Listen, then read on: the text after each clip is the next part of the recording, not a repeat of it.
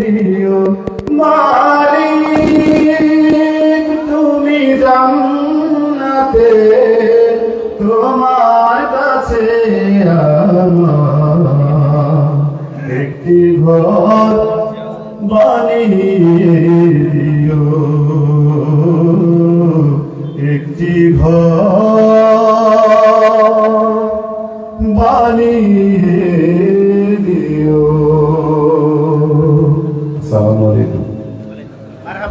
মারহাবা। সম্মানিত উপস্থিতি, আমরা সকলে কোরআনের কথা শোনার জন্য একটু মনোযোগ সৃষ্টির জন্য সকলে স্লোগান দেব।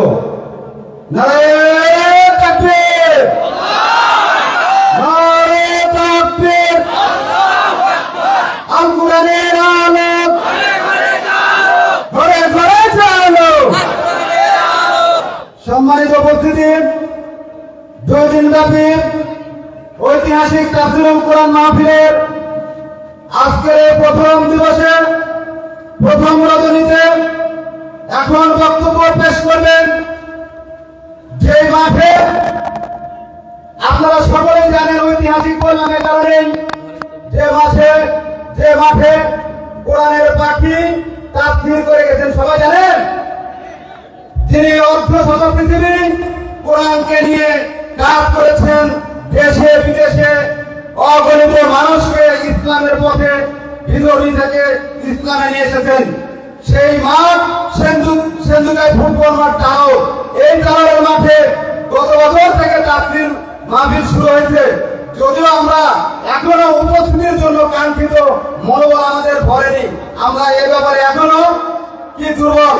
এই জন্য আগামীতে আমরা এর প্রচারণা, এর বিভিন্ন বিষয় পর্যালোচনা করে যাদের করে এই মাহফিলকে সাফল্যমণ্ডিত করতে পারি, সেই জন্য আমরা সকলেই কাজ করবো ইনশাআল্লাহ।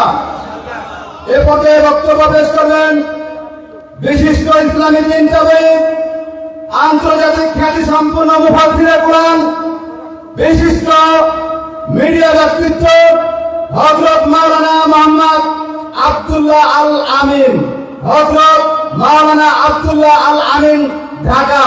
ওনাকে মহাগ্রন্থ আল কোরআনুল কারীম থেকে আলোচনা পেশ করার জন্য সবিনয় অনুরোধ জানাচ্ছি।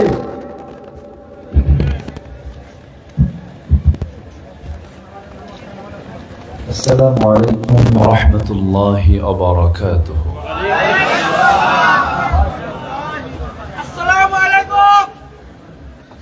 আসসালামু আলাইকুম ওয়া রাহমাতুল্লাহি ওয়া বারাকাতুহু।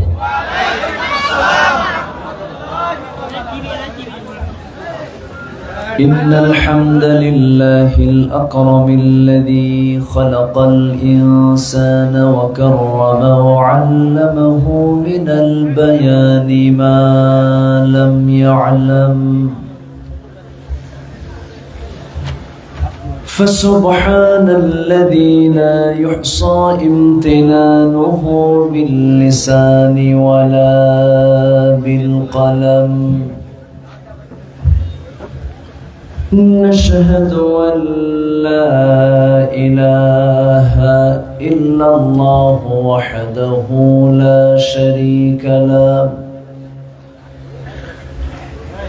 ونشهد أن سيدنا وحبيبنا ومولانا محمدا عبده ورسوله الذي أرسله بالحق بشيرا ونذيرا وداعيا إلى الله بإذنه وسراجا منيرا. فقد قال الله تعالى في كلامه المجيد وفرقانه الحميد: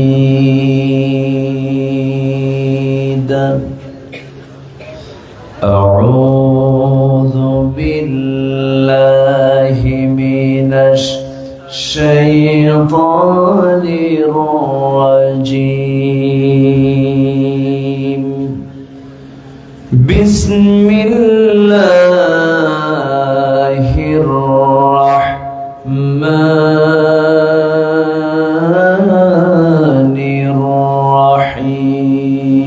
الرحيم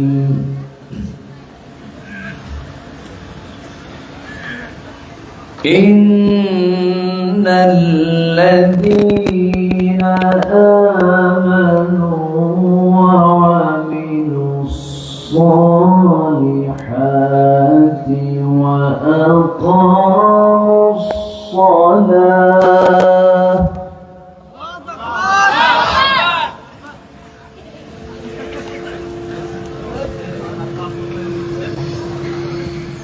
وأقاموا الصلاة وآتوا الزكاة لهم أجرهم عند ربهم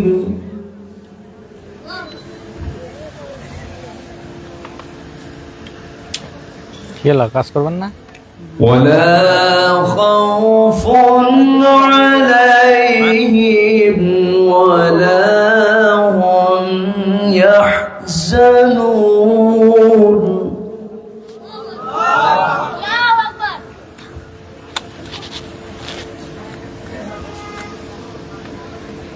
يا أيها الذين آمنوا اتقوا الله وذروا ما بقي من الربا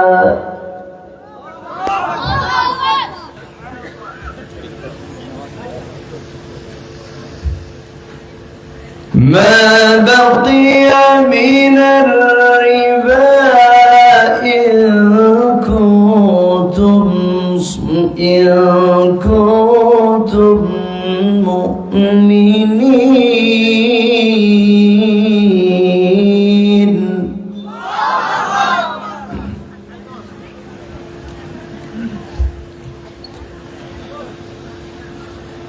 فإن لم تفعلوا فأذنوا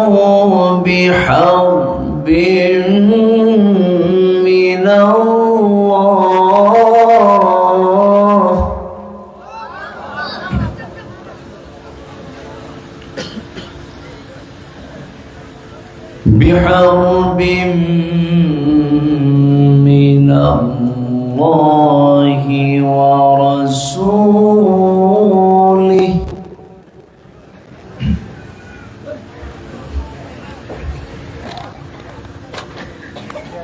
وإن تبتم فلكم رؤوس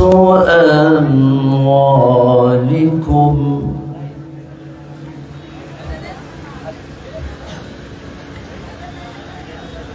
لا تظلمون ولا تظلمون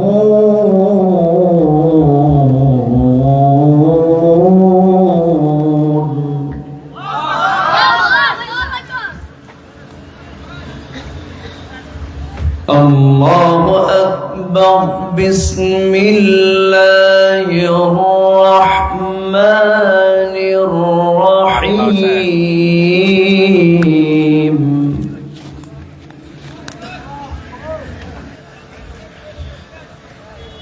إن الله وملائكته يصلون على النبي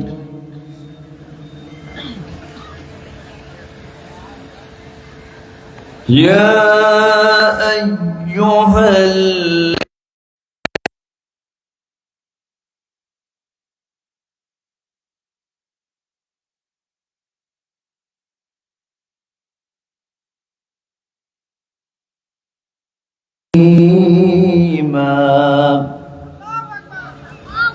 সবাই বলি আল্লাহুম্মা সাল্লি আলা মুহাম্মাদ ওয়া আলা আলি মুহাম্মাদ কামা সাল্লাইতা আলা ইব্রাহিম وعلى آل إبراهيم إنك حميد مجيد اللهم بارك على محمد وعلى آل محمد كما باركت على إبراهيم وعلى آل إبراهيم إنك حميد مجيد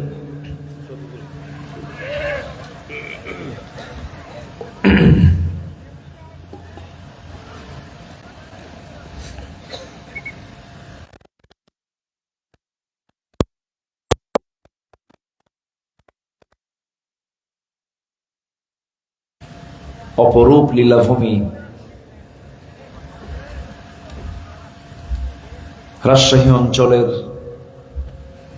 টানোর উপজেলার সিন্ধুকাই গ্রামবাসী মাহফিল ইন্তেজামিয়া কমিটি কর্তৃক আয়োজিত বার্ষিক তাফসীরুল কোরআন মাহফিল 2024 আজকের এই মহৎ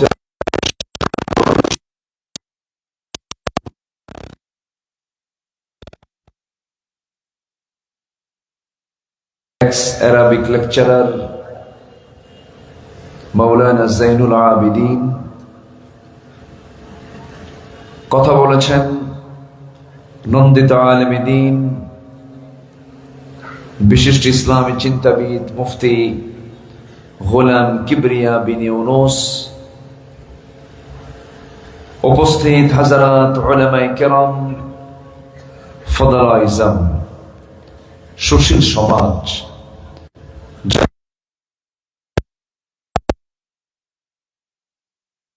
বিবেক সাংবাদিক বৃন্দ সামনে উপস্থিত দূরে কাছের বিভিন্ন স্থান থেকে ছুটে আসা কালেমার ঝান্ডাবাহী তৌহিদের পতাকাবাহী দ্বীন ইসলামের নরসারদুল বীর মুজাহিদ প্রাণ প্রিয় সম্মানিত দ্বীনি ভাইরা আড়ালে বসে আছেন শ্রদ্ধেয়া সম্মানিতা মা বোনেরা আলোচনার সূচনায় আনুষ্ঠানিকতার মধ্য দিয়ে আমার পক্ষ থেকে আবারও দিল খোলা সালাম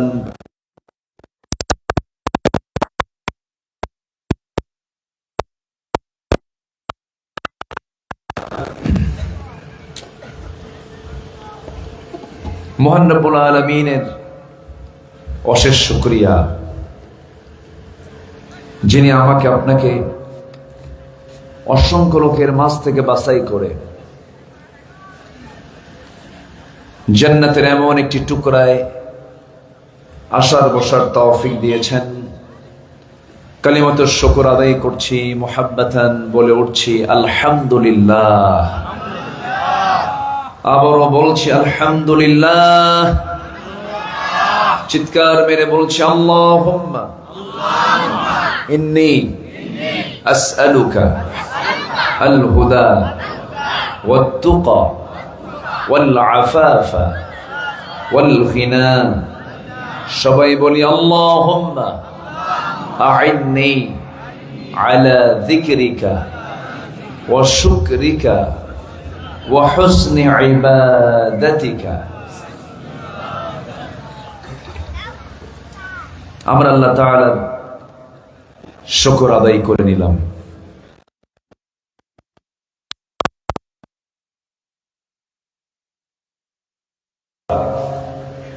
প্রচন্ড গরম চলছিল মাঝে আল্লাহ তাআলা এই সবুজ বেষ্টিত অঞ্চল বাংলার জমিনের বিভিন্ন প্রান্তে কিছু বৃষ্টি দিয়ে জমিনটাকে শীতল করে দিয়েছেন বলি আলহামদুলিল্লাহ ইকো রিভার বেশি রাখার দরকার নাই একদম সাউন্ডগুলো ক্লিয়ার করে দেন সাউন্ড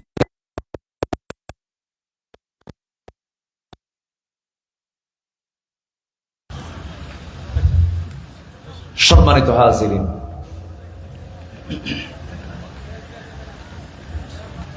সেই ধুলাই মলিন জমিনটা একটু সিক্ত হয়েছে, বিভিন্ন জায়গায় বৃষ্টিও হয়েছে, কিন্তু আমি শুনতে পেলাম চতুর্দিকে বৃষ্টি হয়েছে, কিন্তু এখানে বৃষ্টির ছিটে ফোঁটা একটু পড়েছে, খুব বেশি হয়নি। তবে জমিনে বৃষ্টির দরকার আছে না নাই?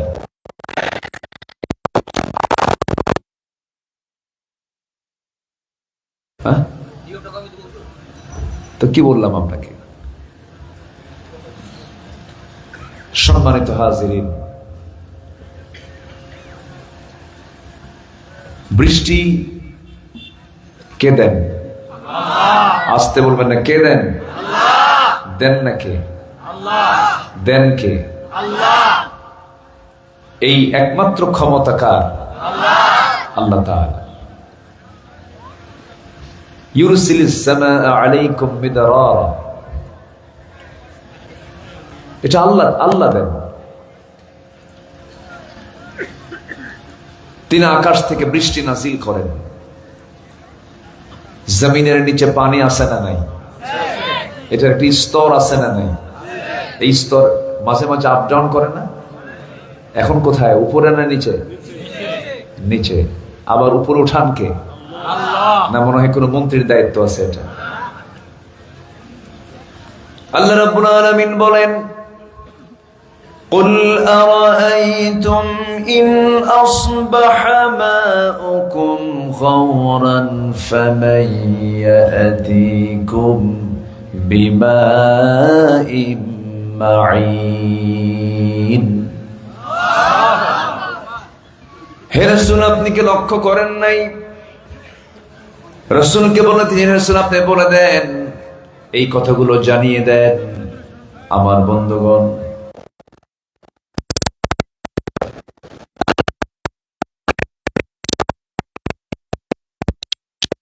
মাঝে যখন অনেক নিচে চলে যায়, সে নিচে থাকা পানির স্তরকে উপরে তুলে দেন মানুষের নাগালে। তিনি কে? আল্লাহ তাআলা। এই বিশ্ব চরাচরকে সাজাতি, বিশ্ব চরাচরের পরিচালনায় কোন ক্লান্তি আসে না যার, তিনি হচ্ছেন আমার আল্লাহ। তিনি বলছেন, ওয়ালা ইয়াউদুহু হিফযুহুমা ওয়া হুয়াল আলিয়্যুল আযীম।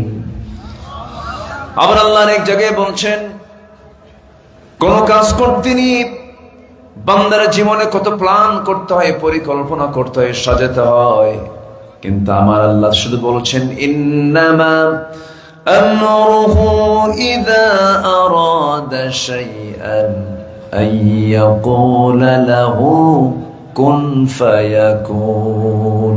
জোরে বলুন আল্লাহু আকবার। আমার আপনার জন্য কাল হলো তিনটা, অতীত, বর্তমান, ভবিষ্যৎ।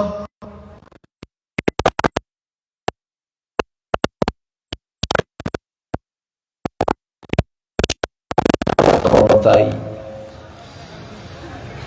আমার আল্লাহর কোন সিদ্ধান্ত নিতে কোনো বেগ পেতে হয় না, কোন ক্লান্তি আসে না। তিনি শুধু বলেন হয়ে যাও, সঙ্গে সঙ্গে তা হয়ে যায়। এই ক্ষমতা একমাত্র, কেবলমাত্র, শুধুমাত্র কার? আসতে বলবেন না, কার? আল্লাহ তাআলা। সেই মহান রব্বুল আলামিন আমাকে আপনাকে দুনিয়াতে সৃষ্টি করেছেন, পাঠিয়ে দিয়েছেন সুন্দর করে, শ্রেষ্ঠতার আসনে সমাসীন করে দুনিয়াতে পাঠিয়ে দিলেন। লক্ষ্য আছে না নাই? কি বিনা লক্ষ্যে না কোন একটা লক্ষ্যে পাঠিয়েছেন? উদ্দেশ্যহীনতা না একটা উদ্দেশ্য আছে? উদ্দেশ্য আছে না নাই? আমাকে কেন পাঠানো হলো, কি জন্য পাঠানো হলো? আল্লাহ রাব্বুল আলামিন এই কথাটা কোরআনে কারীমের মধ্যে একাধিক জায়গায় বলে দিয়েছেন কেন পাঠানো হলো। আল্লাহ রাব্বুল আলামিন সুন্দর করে বলছেন, ইয়া আইয়ুহান নাসু উবুদু রাব্বাকুমুল্লাযী খালাকাকুম ওয়াল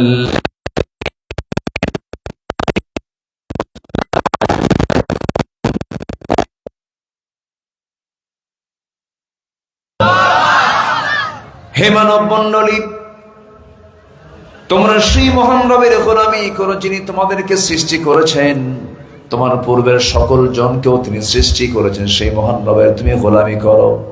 অর্থাৎ এই দুনিয়াতে আমরা এসেছি, এক নম্বরের ডিউটি সেটা হলো কারো আইন মানা যাবে না, আইন মানতে হবে একমাত্র কার। কারো বিধান মানা যাবে না, বিধান মানতে হবে একমাত্র কার। কারো নিয়ম মেনে চলা যাবে না।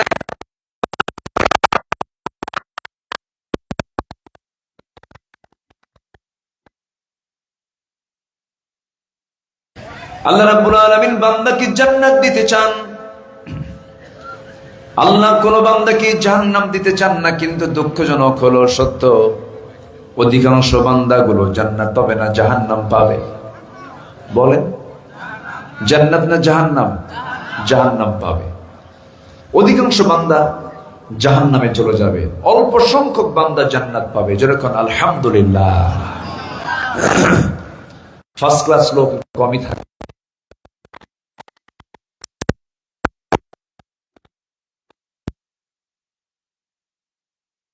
সংখ্যা বেশি, কিন্তু জান্নাতি মানুষের সংখ্যা কম। জান্নাতের মধ্যে বান্দা যা চাবে তাই পেয়ে যাবে।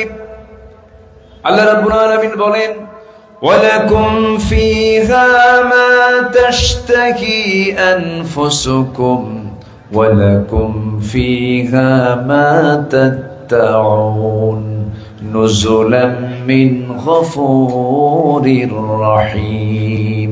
জোরে বলুন আল্লাহু আকবার।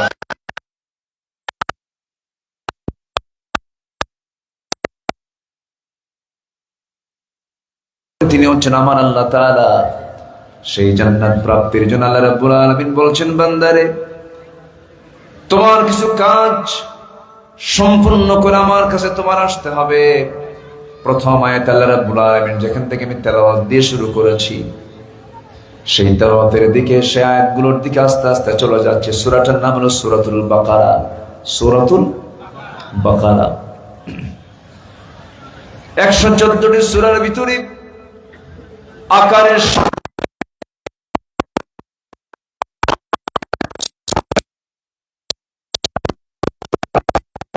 সূরা সূরাতুল বাকারা 286টা আয়াত সম্বলিত এই সুন্দর একটা সূরা।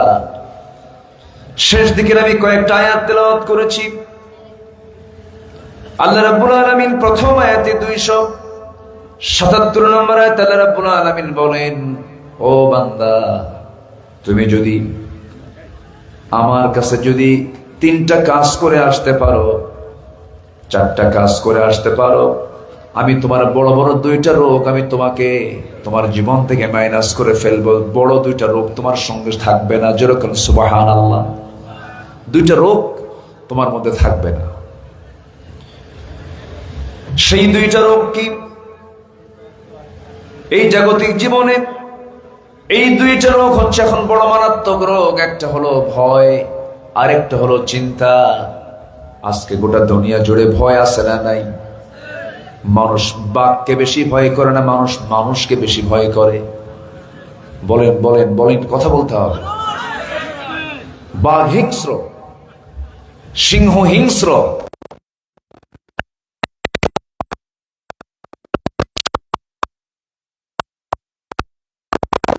কিন্তু এই সমস্ত সাপ, বিচ্ছু, পোকামাকড়, বাঘ, সিংহ, হায়না, এগুলোকে মানুষ যতটুকু না ভয় পায়, তার চাইতে আজকে মানুষ রূপী কিছু হিংস্র জানোয়ারকে তার চেয়ে বেশি ভয় পায়। আল্লাহ বলছেন, 4টা কাজ করো, তোমার মধ্যে এই ভয়টা আমি আল্লাহ উঠায় দেব। যেরকম সুবহানাল্লাহ। আরেকটা হলো চিন্তা। পৃথিবীতে যত রোগ আছে এর মধ্যে সবচেয়ে জটিল রোগের নাম কি বলেন তো? চিন্তা রোগ। ঘুম হয় না, আছে না? কিছু লোক আছে ঘুম ধরে না, ওষুধ খেতে হয়। অশান্তির আগুনে দাও দাও করে জ্বলে, শুধু চিন্তা। এক পর্যায়ে স্ট্রোক করে ফেলে।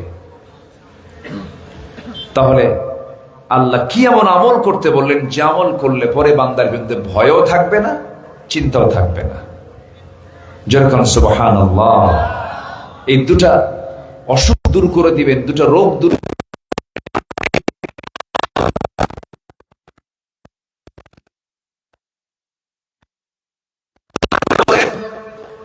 إن الذين آمنوا وعملوا الصالحات وأقاموا الصلاة وآتوا الزكاة لهم أجرهم عند ربهم ولا خوف عليهم ولا هم يحزنون। জোরে বলুন আল্লাহু আকবার। চারটা কাজ যে বান্দা করে আসবে, আমি তার মধ্যে কোনো ভয় রাখবো না। ভয় নামক কোন রোগ তার মধ্যে কাজ করবে না। দুশ্চিন্তা তার মধ্যে থেকে হেরে চলে যাবে। আমি তার মধ্যে দুশ্চিন্তাও রাখবো না। এর মধ্যে এক নাম্বার কাজ হলো ইন্না, নিশ্চয় আল্লাযীনা, যারা আমানু, যারা ঈমানটা আনবে। কি আনবে? যারা কি আনবে? এখানে যারা বসে আছে কোনো বেঈমান লোক আছে কি? হ্যাঁ, ঈমান যার নাই তাকে কি বলে? বেঈমান। এখানে তো ঈমান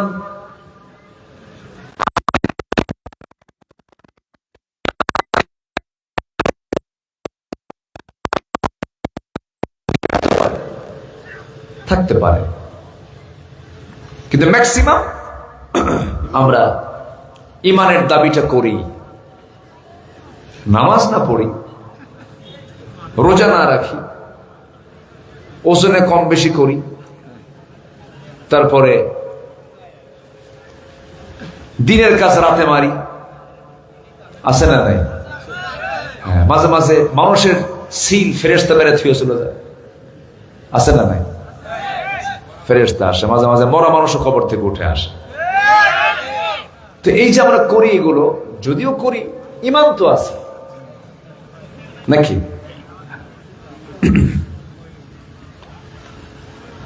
আমার বন্ধুগণ,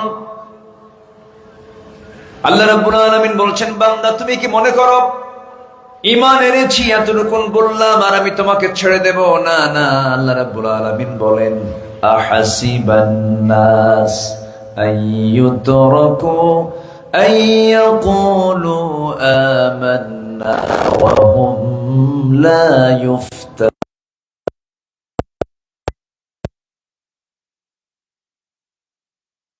বললাম আর আমি তাকে ছেড়ে দেব? না না, অবশ্যই আমি তাকে পরীক্ষা করব, পরীক্ষার মধ্যে ফেলে দেব। এখান থেকে প্রমাণ হলো, সূরাতুল আনকাবুতের আয়াত প্রমাণ করে দেয়, ঈমান থাকবে যার, পরীক্ষা আছে, পরীক্ষা আছে তার। ঈমান নাই যার, পরীক্ষা নাই তার। তাহলে আমি চারটা কাজ যদি করে যাই দুনিয়াতে, আল্লাহ রাব্বুল আলামিন তাকে বলছেন, তুমি কোনো চিন্তা করো না, চিন্তা রোগ আমি দূর করে দেব।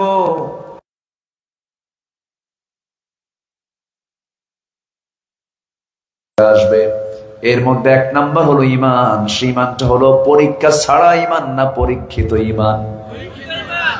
কি ঈমান বলেন? পরীক্ষিত ঈমান। এটা সময় দিতে হবে আমাকে। আজকে আমাকে সবাই সময় দিচ্ছেন তো নাকি? কারণ কোনো সমস্যা নাই তো? জোরে বলি ইনশাআল্লাহ। এখন তো সস্তায় কিছু জনপ্রিয় লোক আজকে সমাজে গড়ে উঠেছে, সস্তায়, অনলাইনে মাঝে মাঝে বউরে দিয়েও টাকা কামাই করায়, কি নাকি কাপল ভিডিও।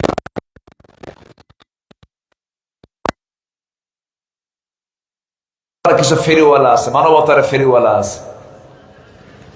মিল্টন কি সামাদ্দার না কি নাম আল্লাহ জানে। হ্যাঁ, মিল্টন সামাদ্দার।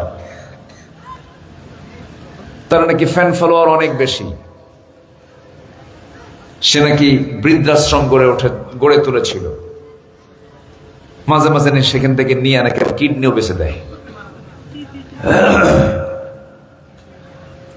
মানুষ কখনো ভালো হবে না কি ছাড়া?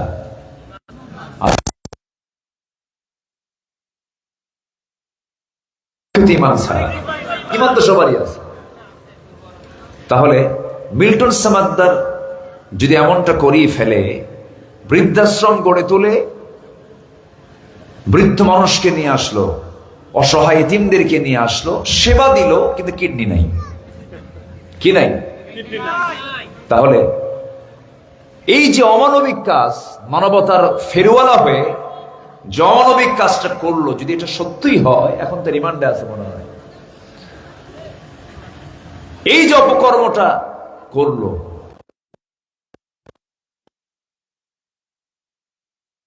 ন্যূনতম এই জঘন্য অপকর্ম কেউ কি করতে পারে?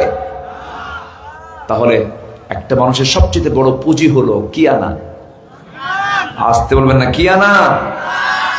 ইমান আনলেই সে নিরাপদ।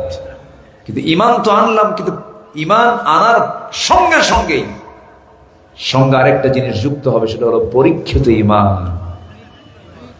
সামনে বহু অফার আসবে, সুন্দরী নারী তোমাকে প্রেমের প্রস্তাব দেবে, তুমি তখন ইউসুফ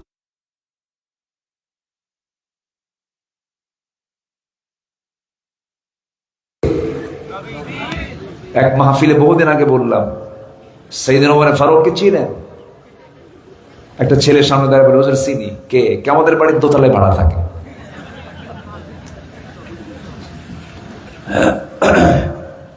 ইউসুফ আলাইহিস সালাতু ওয়াস সালাম, তোমার সামনে একটা সুন্দরী নারী দাঁড়িয়ে থাকবে, তুমি তাকাচ্ছ না কেন? কার ভয়? এটা হলো কি ইমান? আজ থেকে কি ইমান?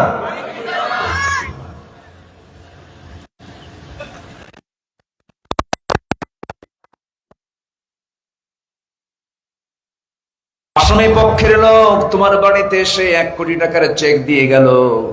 বিচারক আজকে বিচারের যখন রায়টা দিবেন, আমার পক্ষে দেবেন, এই যে 1 কোটি টাকা দিয়ে গেলাম।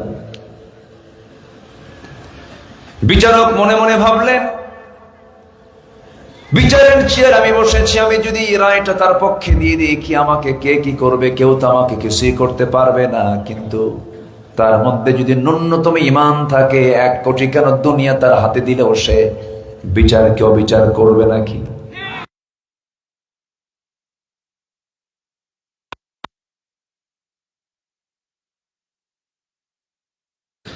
আমার দেশে বহু ইমানদার আছে, নামই হলো ইমান আলী।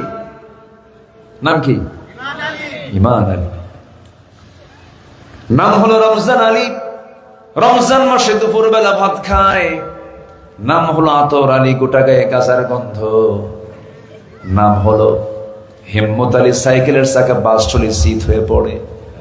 নাম হলো বাদশা মিয়া, ভিক্ষা করে। নাম কি? বাদশা মিয়া ভিক্ষা করে।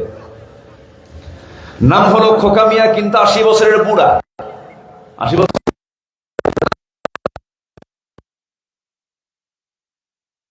কাজ হবে না। গুণ দেখতে চান আল্লাহ রাব্বুল আলামিন। গুণ যদি না থাকে, পরীক্ষায় পাশ যদি না থাকে, ঈমান দিয়ে বান্দা জান্নাত পাবে না। কারণ ওই ঈমানটা কি হবে? ইউসবিহু মুমিনান ওয়া ইউমসি কাফিরান। ওই বান্দার ঈমানটা সকালবেলা ঈমান থাকবে, বিকালবেলা সে কাফের হয়ে যাবে। এই জন্য মজবুত ঈমানটাকে আনতে হবে। 2টা বড় বড় রোগ আল্লাহ তাআলা নিজের জীবন থেকে মাইনাস করে দিবেন, বান্দার জীবন থেকে মাইনাস করে দিবেন।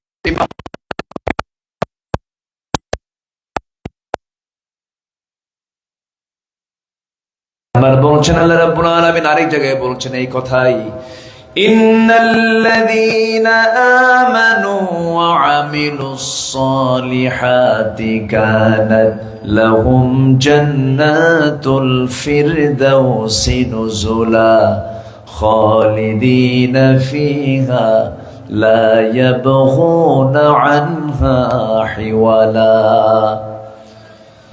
আরেক জায়গায় আল্লাহ রাব্বুল আলামিন বলেন, ওয়াল আসরি ইন্নাল ইনসানা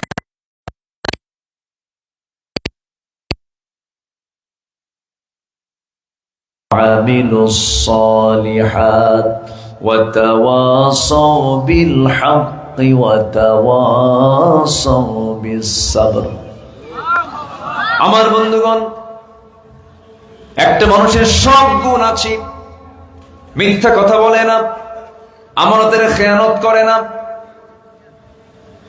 বাজে কথা বলে না, ওয়াদা ভঙ্গ করে না, বিনয়ী বিনম্র আচরণের সব ভালো ভালোই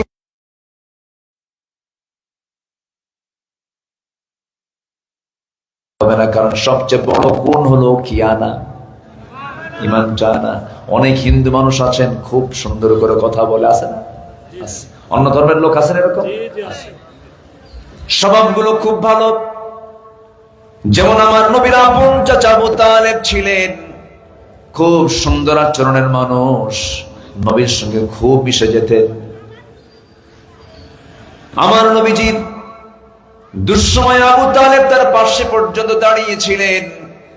যেই বয়কটকে শিব আবু তালেব বলা হয়, আমার নবী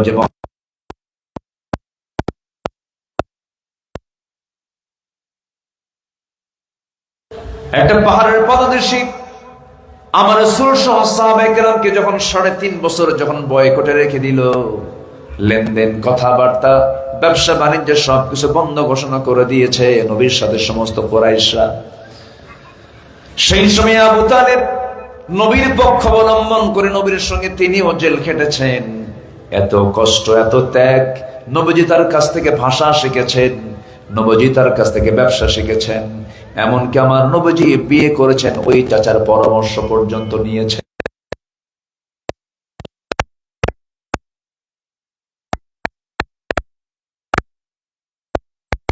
তারপরে এত গুণ তার মধ্যে থাকার পরেও ওই আবু তালেব জান্নাত পাবে না, জাহান্নামে চলে যাবে।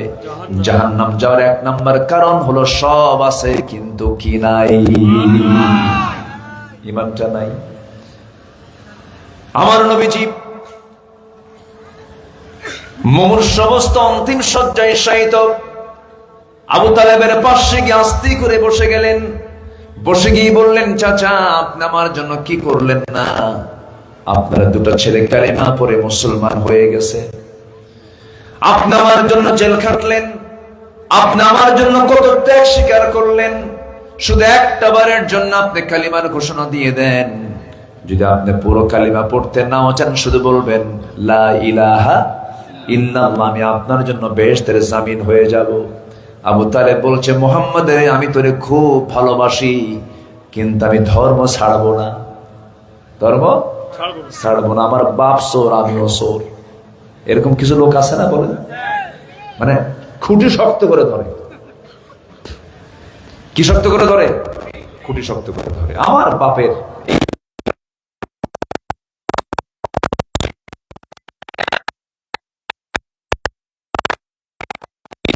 সবচেয়ে বড় বাধার মধ্যে এটা একটা বাধা।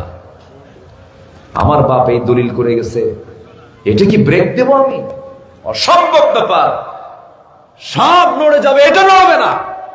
আসলে এরকম কিছু লোক আছে না? আসলে গোড়ামি। এটা কি গোড়ামি? গোড়ামি ইমানের পক্ষের কাজ না, ইমান পরিপন্থী কাজ, পরিপন্থী কাজ। হাসবুনা মা ওয়াজাদানা, তারা বলতো আমাদের জন্য যথেষ্ট, যা রেখে গেছে আমাদের আব্বা, আমাদের পূর্বপুরুষরা যা রেখে গেছে এটা আমাদের জন্য যথেষ্ট না। না, ইসলাম মানবো কি আগের মানুষকে দেখে না কোরআন হাদিস দেখে? কোরআন হাদিসকে দেখে মানতে হবে।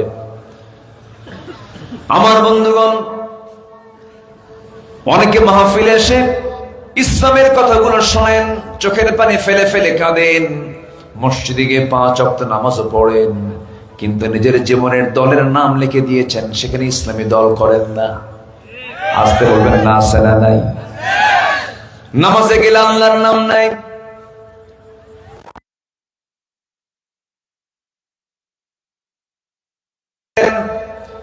কিন্তু মসজিদ থেকে বের হয়ে, মাহফিল থেকে বের হয়ে নেতা একখান ডাক দিল, নেতার পিছনে পিছনে চলে গেল, নামাজ গেল, দিন গেল, ইসলামী দল না করে দুনিয়া থেকে মরণ হওয়া মানে মুনাফিকের মরণ হওয়া। আসতে কোন কেন?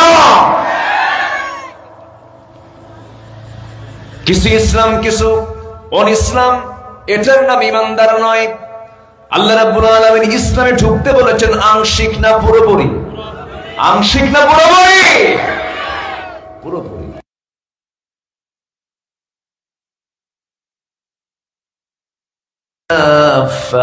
ولا تتبعوا خطوات الشيطان إنه لكم عدو মুবিন। জোরে বলুন আল্লাহু আকবার। ইসলামের ভিতরে পরিপূর্ণরূপে দাখিল হয়ে যাও। আংশিক মানবে না, তা হবে না, তা গ্রহণীয়, তা গ্রহণযোগ্য হবে না। আল্লাহকে মানে বহু খ্রিস্টান আছে না নাই? খ্রিস্টানরা কি আল্লাহকে মানে না? মানে তো, তারা আল্লাহকে মানে।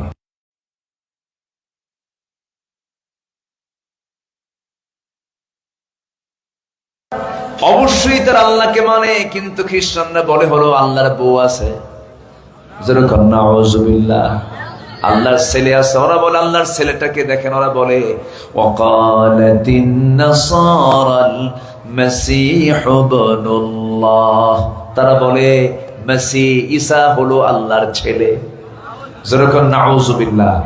তাহলে সেই ইমানের কি দাম আছে? সেই ইমানের কি দাম আছে?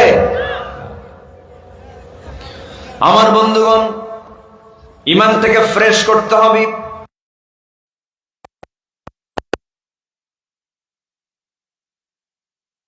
করা যাবে না। ইমানটাকে ফ্রেশ রাখতে বলেছেন তিনি আমার কে? আল্লাহ এক জায়গায় সুন্দর করে বলেছেন, যারা পারেন ঠোঁট মিলিয়ে বলুন, ওয়াল্লাযীনা আমানু ওয়া লাম ইয়ালবিসু ঈমানাহুম বিযুলমিন উলাইকা লাহুমুল আমনু ওয়া হুম মুহতাদুন। জোরে বলুন আল্লাহু আকবার। ঈমান যারা আনবে, ঈমানকে যারা ওয়ালাম ইয়ালবিসু ঈমানাহুম বিযুলমিন, যারা তাদের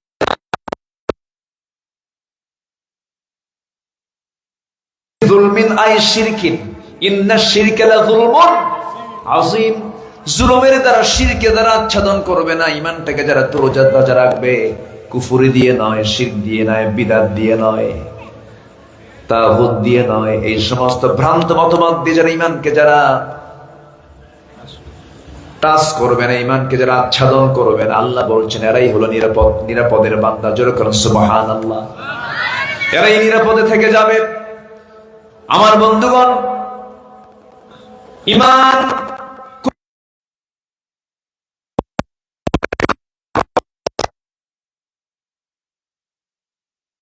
সীমান্তের যত্ন যদি আমি নিতে চাই, এক নাম্বার কাজ হলো প্রত্যেক ঈমানদার বান্দার কোরআন হাদিসের জ্ঞান থাকা দরকার। আছে না নাই? আসতে বলবেন না, আছে না নাই? ন্যূনতম কিছু জ্ঞান জানতে হবে, কিছু জ্ঞান অর্জন করতে হবে। যেমন কোনটা হালাল, কোনটা হারাম, কোনটা ন্যায়, কোনটা অন্যায়, কোনটা বৈধ, কোনটা অবৈধ, এমন জাতীয় জ্ঞান অর্জন করা কি বিশেষ লোকের না সবার জন্য? বলেন কি?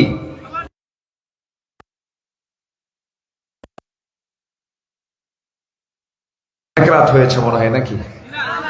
একটু বসেন না। হ্যাঁ, মাহফিলে বসলে চাপচুপ বেশি হয় না? মাহফিলে বসলে চাপচুপ একটু বেশি হয়। বেশি চাপ হলো কার জানেন? মিস্টার ইবলিসের। ও খুব চাপ দেয়।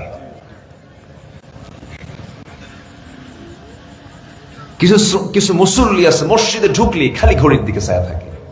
আসলে এরকম আছে না? ঘড়ি দেখবি কি মুসল্লি না ইমাম?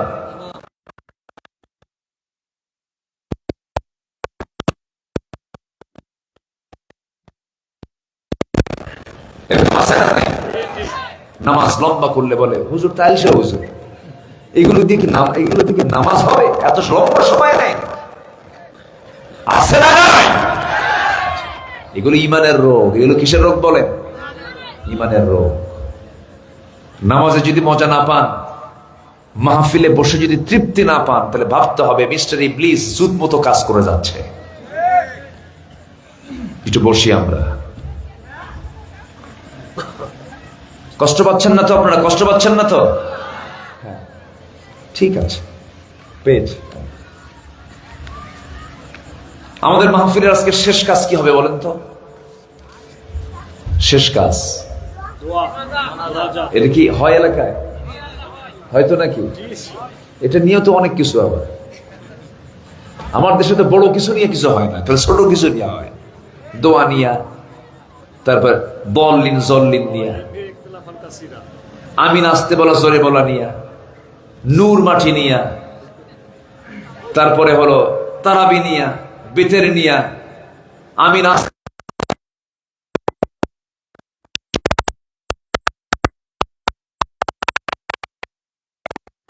বলছেন। এখানে আল্লাহ তাআলা একটা আয়াতে বলছেন, আসবো লাইনে, যদি এই আকাম কুকাম গুলো করো তোমরা প্রস্তুত থাকো আল্লাহ রাসূলের বিরুদ্ধে যুদ্ধ করতে। এমন আয়াত এখানে আছে না নাই? আচ্ছা, যাবো লাইনে যাবো। কোন অপকর্ম করলে আল্লাহ বলছেন প্রস্তুতি নাও আল্লাহ এবং রাসূলের বিরুদ্ধে যুদ্ধ করতে। আল্লাহ এবং রাসূল তোমাদের বিরুদ্ধে যুদ্ধে নামবেন। আল্লাহু আকবার বলেন। কত ভয়ঙ্কর অপরাধ, এগুলো নিয়ে কোনো কথা আসে না। একই কালিমার দাওয়াত দেয়, বাতিলদের সঙ্গে ওঠা বসা করে, কোনো গন্ডগোল লাগে না, মামলা টামলা কিচ্ছু নাই। আমার একই কালিমার দাওয়াত দেয়, ফাঁসির মঞ্চে ঝুলতে থাকে, আছে না নয়? এক কালেমায় পোলাও করবা, আরেক কালেমায় খাবার নাই, ঠিক কিনা? ঈমান এনেছি আমরা, ঈমান আনবো আবু বকরের মতো। জোরে বলে ইনশাআল্লাহ। আবু বকরের মতো দৃঢ় চেতা হও। যাকাত যারা দেবেন আবু বকরে বলে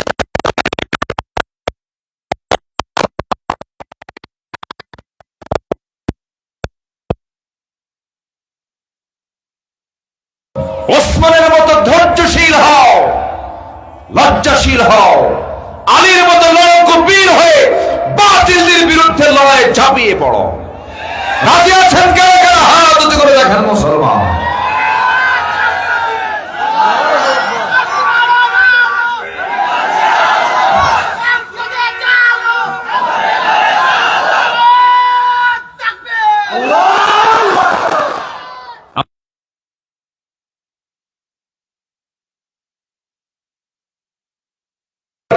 আমেরিকা ইউরোপ আমাদের সভ্যতা শিখাতে পারবে না। আমাদের সভ্যতা শিখিয়েছেন সাহাবায়ে কেরাম, আম্বিয়ে কেরাম। কারো কাছ থেকে সভ্যতা আমাদের ধার করতে হবে না। লোকমানের মতো বাপ হও। কার মতো? সূরা লোকমান আছে না নাই? লোকমান তার সন্তানকে নসিহত দিয়েছেন 13টা। আমরা সন্তানদের এই নসিহত গুলো না দিয়ে বলি, বাবা খালি পায়ে ফুল একটা হাতে নিয়ে যা, ওখানে ফুল দিয়ে আয়, ঠিক কিনা?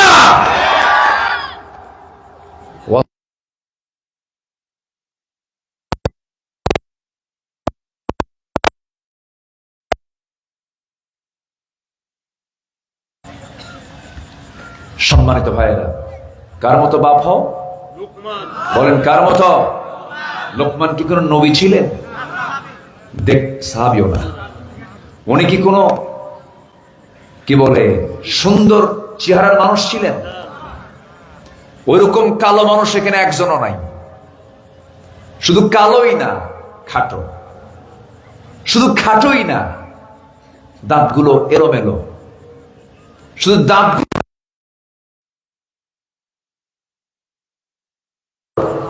খসখসা, পায়ের গোড়ালি ছিল ফাটা। দেখতে শুনতে বাহ্যিক ভাবে তেমন সুন্দর কেউ ছিলেন না তিনি। সমাজে তার তেমন কোনো পরিচিতিও ছিল না। আল্লাহ তাআলা তাকে নবুয়ত না দিলেও দিয়েছিলেন হিকমাহ। সুবহানাল্লাহ বলবেন না? ওয়ালাকাদ আতাইনা লুকমানাল হিকমাহ। আল্লাহু আকবার বলেন। ওয়া মান ইউতিল হিকমাতা ফাকাদ উতিয়া খায়রান কাসীরা। আল্লাহ যাকে চান তাকে হিকমত দেন। জোরে করে সুবহানাল্লাহ।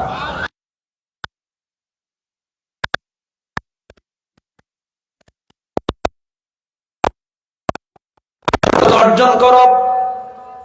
আদর্শ বাপ হলে সন্তান কেন ভালো হবে না? অনেকে দোয়া করে, হুজুর দোয়া চাই হুজুর আমার সন্তানটা যেন ভালো হয়। কিন্তু বিড়ি খায়।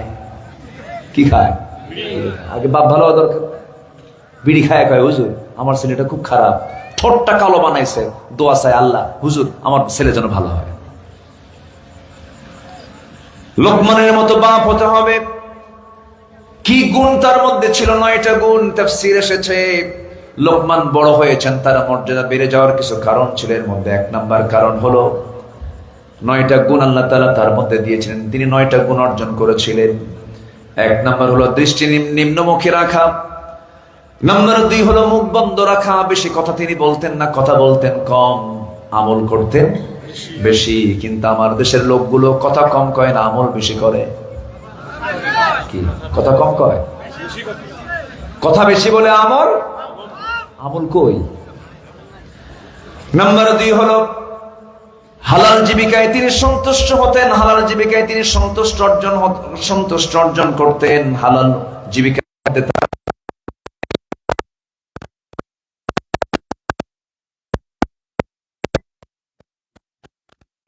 সত্য কথায় অটল থাকতেন। নাম্বার 6 হলো অঙ্গীকার পূর্ণ করতেন। নাম্বার 7 হলো মেহমানকে পেলে সম্মান করতেন।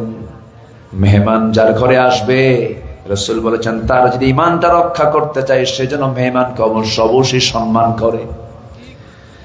যার ঘরে মেহমান বেশি সেই ঘরে রিজিক কখনো ফোরে না। আল্লাহু আকবার বলেন।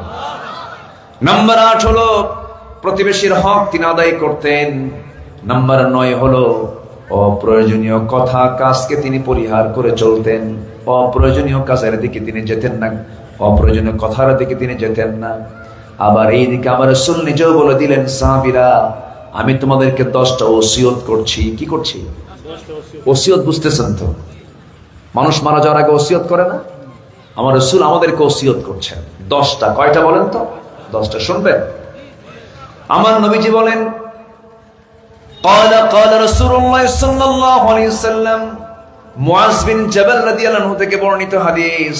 আমার নবীজি বলেন, উসিকা বিতাকওয়াল্লাহ ওয়া সিদকাল হাদিস ওয়া ফাআল হাদিস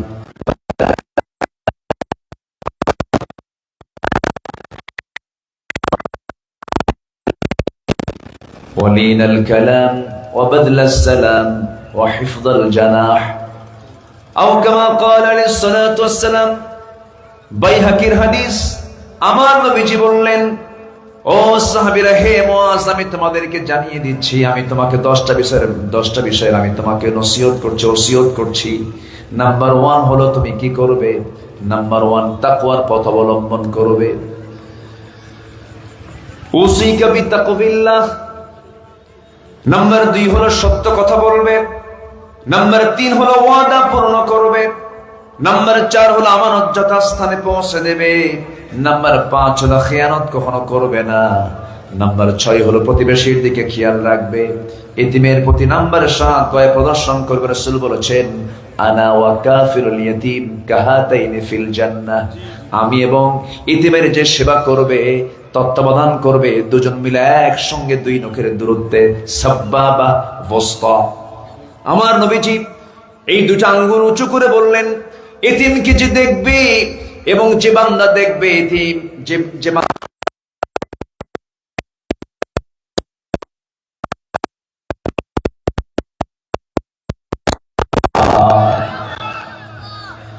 নাম্বার 8 হলো নম্র কথা বলা। রাসূল নম্র কথা বলবে মুআজ। নাম্বার 9 হলো ব্যাপকভাবে বাদলুস সালাম, ব্যাপকভাবে সালাম প্রচলন করবে। কিন্তু আজকের সমাজে সালাম বেশি না, গুড মর্নিং বেশি। গুড মর্নিং, গুড ইভিনিং, শুভ সকাল, শুভ সন্ধ্যা। সালাম যারা দেয় না ওদের মধ্যে ঈমানের ঘাটতি আছে, ঠিক কিনা? এরকম স্বামীও পাওয়া যাবে এখানে, হয়তোবা জীবনে বউকে সালামই দেয় নাই। এরকম স্বামীও কিন্তু আছে না? নাই? হুজুর, বউকে আবার স্বামী সালাম দেবে? বউকে সালাম দেওয়া লাগে? এরকম লোক আছে না নাই বলেন তো? আছে না নাই? আছে। সালাম দেব কি? বউকে সালাম দেওয়া জায়েজ আছে না নাই? আসতে কয়। অনেকে প্রশ্ন করে মাহফিলে, হুজুর আমার বউ কথা শোনে না, সালাম দিছেন? হুজুর জীবনে সালাম দেই নাই। ওর কি গিয়ার বাড়ায় দেব? বউ ভালো হবে না কেন? সালাম দিবেন ঘন ঘন, বউ ভালো হয়ে যাবে। এটা ভালো হবে।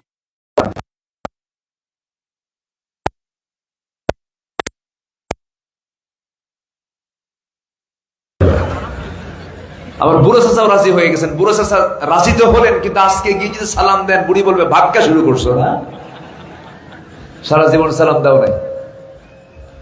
যা বলে বলুক, তাও প্র্যাকটিস শুরু করবো। জোরে বলি ইনশাআল্লাহ। সালাম আগে দরকার, বাইরের না আগে ভিতরে দরকার?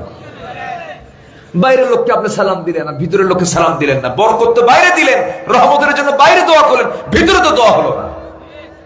ওয়াবাদলুস সালাম, রাসূল বলেন বেশি করে সালাম দাও।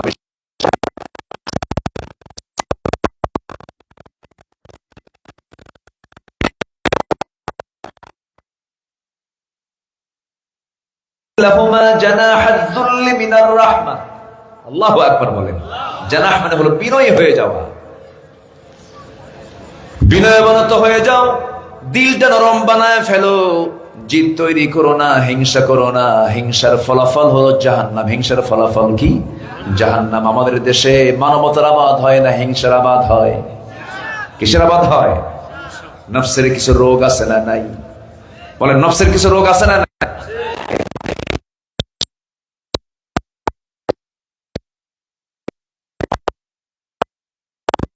সুস্থ হবে না। হিংসুক কখনো সুস্থ থাকে না, হিংসুক কখনো বড় হতে পারে না।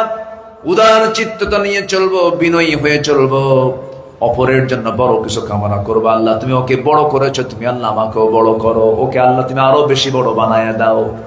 হিংসাকে আমরা দূর করব। এক বেচারি, অনেকদিন আগের কথা, একটা এক্সাম্পল মনে পড়লো আমার। আগের যুগের মানুষ বিয়ে করতো ঘোড়ায় চড়ে। কিসে চড়ে? ঘোড়ায় চড়ে। হাতি, হ্যাঁ, ঘোড়ায় চড়ে না, ঘোড়ায় চড়ে বিয়ে করতো। এখন তো প্রাইভেট কার, এমনকি হেলিকপ্টার নিয়েও বিয়ে করে। এমনকি মেয়ে পক্ষ চলে যায় স্বামী পক্ষের বাড়িতে। এরকম আছে না নাই? কি নাই আমার দেশে? সব আছে। আমি চুয়াডাঙ্গায় গত বছর মাহফিল করতে গেছি, এই কথা বলতে না হুজুর, এই গ্রামের ঘটনা বলে ফেলল। তো বিয়ে করতে যাবে, ঘোড়ার প্রয়োজন। তো গ্রামের এক বুড়া চাচার কাছে ঘোড়া আছে একটা। তো ছেলেটা ওই যে বিয়ে করবে, সেই লোকটা গিয়ে বলছে, ভাই ও কি মুরব্বী চাচা, আমার অমুক দিন বিয়ে, ঘোড়াটা কি দেওয়া যাবে? কে তোর আমি ঘোড়া দেবো না, যা।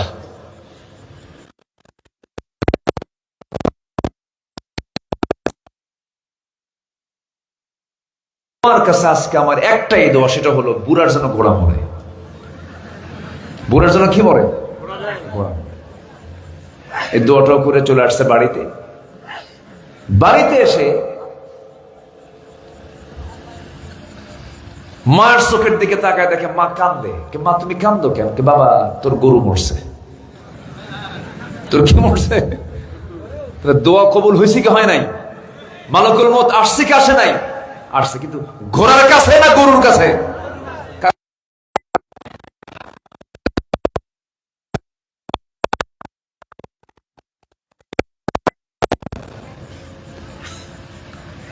হারাম ইনকাম করব, নফসের রোগ। এগুলো কিসের রোগ বলেন? ওজন দিতে নেই, একটু কম দেই, একটু কি কম দেই। আবার নেওয়ার সময় আরে দেও না গড়ে একটু। এগুলো নফসের রোগ। এগুলো হালাল না হারাম? হারাম দিয়ে কখনো বরকত হয় না।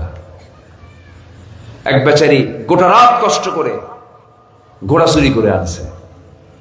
সকালবেলা বাড়িতে আসার পর ছেলেকে বলে, বাবা অনেক রাত কষ্ট করছি ঘোড়াটা চুরি করতে, তুই যা ঘোড়াটা বিক্রি করে দিয়ে আয়, আমি ঘুমায় পড়ি। তো ছেলে গেছে বাজারে ঘোড়া বিক্রি করতে। এক বিক্রেতা সে বলছে, ভাই এটার দাম কত? কত? ঠিক আছে তোমাকে দাম দেবো, তো একটু ঘোড়াটা চেক করে নি, একটু উঠি, ঘোড়ায় চড়ি, দেখি কেমন চলে, চার পা ঠিক আছে কিনা। তো বিক্রেতা কি বলে, ক্রেতা ঘোড়ার উপরে চড়ে লাগাম ধরে এমন টান দিছে, আর আসে না। সন্ধ্যা হয়ে যায়, আর ফেরে না। ওই যে গেছে, আর ফেরত নাই। এখন ব্যর্থতা নিয়ে চোরের ছেলে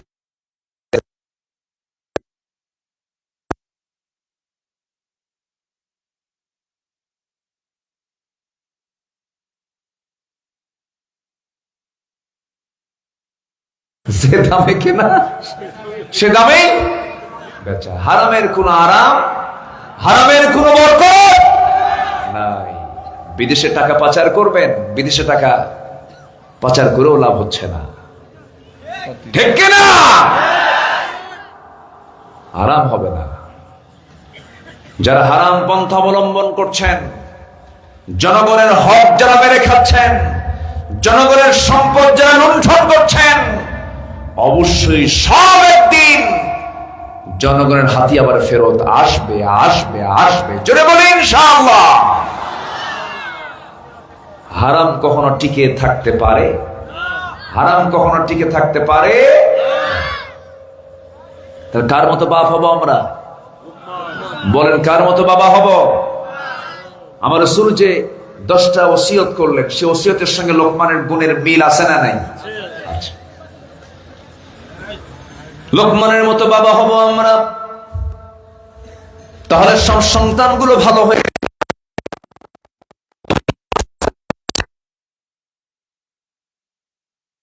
বাহিরে না ঘরে। আর আমার ওয়াজ করি কোথায়? এই যে বাইরে আসছে।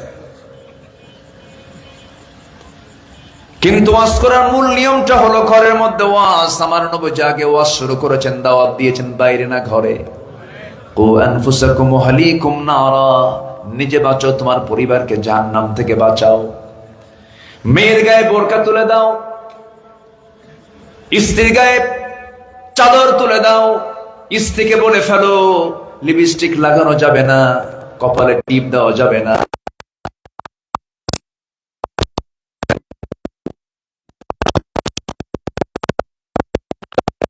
রিকশাওয়ালাকে দেখায় এমন মহিলা বাংলার জমিনে নাই। আসতে বলে আছে না নাই? রিকশাওয়ালা ভ্যানওয়ালা আরাম মতো দেখে, এরপরে যখন বলা হয় রিকশাওয়ালাকে দেখলা কেমন? দেখলাম তো ভালোই, কিন্তু লাভ তো নাই। অন্যের বউ দেখে আপনার লাভ কি? শুধু লস হবে, লস লস। আমার বন্ধুগণ, সবার বাড়িতে মা বোন আছে। আজকের মাহফিল অনেক মা বোন এসেছেন। আমার মা বোনদের কাছে আমি করজোড়ে মিনতি জানাই, আপনার জন্য জান্নাতটা খুব কাছাকাছি, খুব কাছাকাছি। একটা পুরুষকে জান্নাত পেতে যে কষ্ট করতে হয়, একজন নারীকে সেই কষ্ট করতে হবে না। কিন্তু জান্নাত মেয়েরা কম পাবে। এর মধ্যে যতগুলো কারণ আছে, এর মধ্যে 1 নম্বর কারণ হলো মেয়েদের সবকিছু ঠিক আছে, কিন্তু মেয়েদের গায়ে কাপড় চোপড় নাই। মেয়েরা গায়ে কাপড় দেয় না, অ্যালার্জি হয়। কি হয়? কি হয়? অ্যালার্জি। বোরকা পরলে অ্যালার্জি বাড়ে। কি বাড়ে? অ্যালার্জি বাড়ে।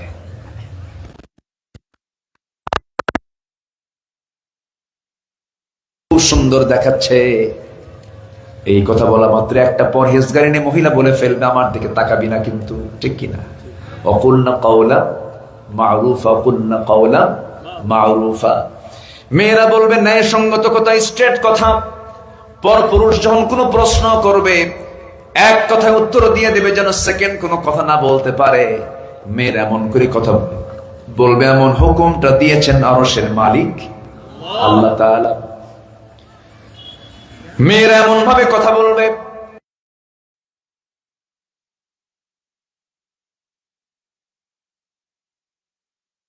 সঙ্গে কথা বলবে। কিন্তু আজকে রিসেপশনে চাকরি হয় পুরুষ মানুষের না মহিলা মানুষের? মহিলা মানুষের চাকরি হয়, কিন্তু অসুন্দর না সুন্দর? সুন্দরী দেখে সুন্দর করে কথা বলতে পারে, মাঝে মাঝে ইংলিশও কয়। সুন্দরী মেয়ে রিসেপশনে বসে থাকে। ক্লায়েন্ট যখন চলে আসে, কাস্টমার যখন চলে আসে, আস্তে করে উঠে দাঁড়ালো। ঠোঁটটা সুন্দর করে ডিজাইন করে নিয়েছে, কপালটা সুন্দর করে ডিজাইন করে নিয়েছে, চুলটা ছেড়ে দিয়েছে, স্কিন টাইট পাজামা পড়েছে, টাইট ওলা কাপড়।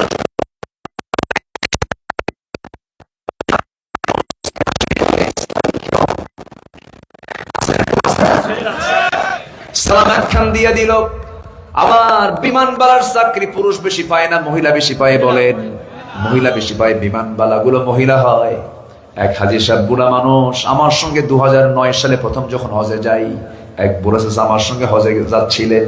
বিমানবালা যখন বিমানে উঠলাম, যখন সবাই যখন বসেছি বিমানে, আমাদের বেল্ট আমরাই লাগাই, আমরা তো ইয়াং, শক্তি টক্তি আছে, কিন্তু বুড়া মানুষ বেল্ট লাগাতে পারে না। তখন বিমানবালা চলে আসে, বিমানবালার গায়ে সেন্ট লাগানো, ঠোঁটটা লাল টকটকা, আমার দিকে তাকায় বলে, ও হুজুর, হস্তই শেষ করলো আমার। কি কথা বলছেন? হস্তই আমার কি করলো? শেষ করে দিল। কেন? গন্ধ গায়ে। কি গায়ে? গন্ধ গায়ে। লাল লিপস্টিক লাগে আমার দিকে তাকাছে, হজের কি কাজ এগুলো নাকি? বললাম মুরব্বী উপায় নাই, গোটা ওয়ার্ল্ডে বিমানে আপনি চড়বেন, যেখানেই যান না কেন আপনাকে এই বিমানবালার সম্মুখীন হতেই হবে। এখানে ইমানের শেখ ইউসুফ হন। কথা বোঝেন নাই? সামনে তাকায় আছে, তাকাবো না, নজর আমার চলে যাচ্ছে, নজর দেব না।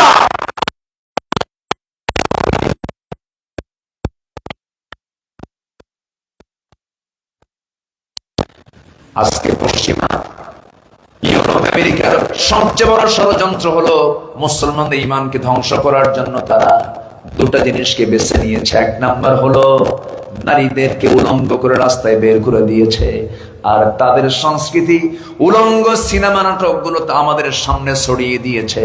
সিনেমা ঢুকায় দাও, সংস্কৃতি ঢুকায় দাও, ওদেরকে উলঙ্গ করে ঘর থেকে বের করো, ইমান আপনা আপনি আউট হয়ে যাবে। তারা তাদের সমস্ত যে পরিকল্পনাগুলো, তাদের যে ষড়যন্ত্রগুলো, সেই ষড়যন্ত্র ইউরোপ আমেরিকা ফেল না পাস? পাস। আমার মা এগুলোকে লুফিয়ে নেওয়া যাবে না। আপনি যখন ছোট শিশু, বাবা আপনাকে কন্ট্রোল করবেন, বিয়ের আগ পর্যন্ত বাবার নিয়ন্ত্রণে আপনি থাকবেন, আপনার সম্মান আছে। অবশ্য আপনি একজন কন্যা হিসেবে আল্লাহ তাআলা আপনাকে অনেক দাম দিয়েছেন। প্রত্যেক পিতামাতার দায়িত্ব ওই কন্যাদের উপরে আছে না নাই বলেন? আছে। কন্যা হিসেবে এমন সম্মান, স্ত্রী হিসেবে সম্মান,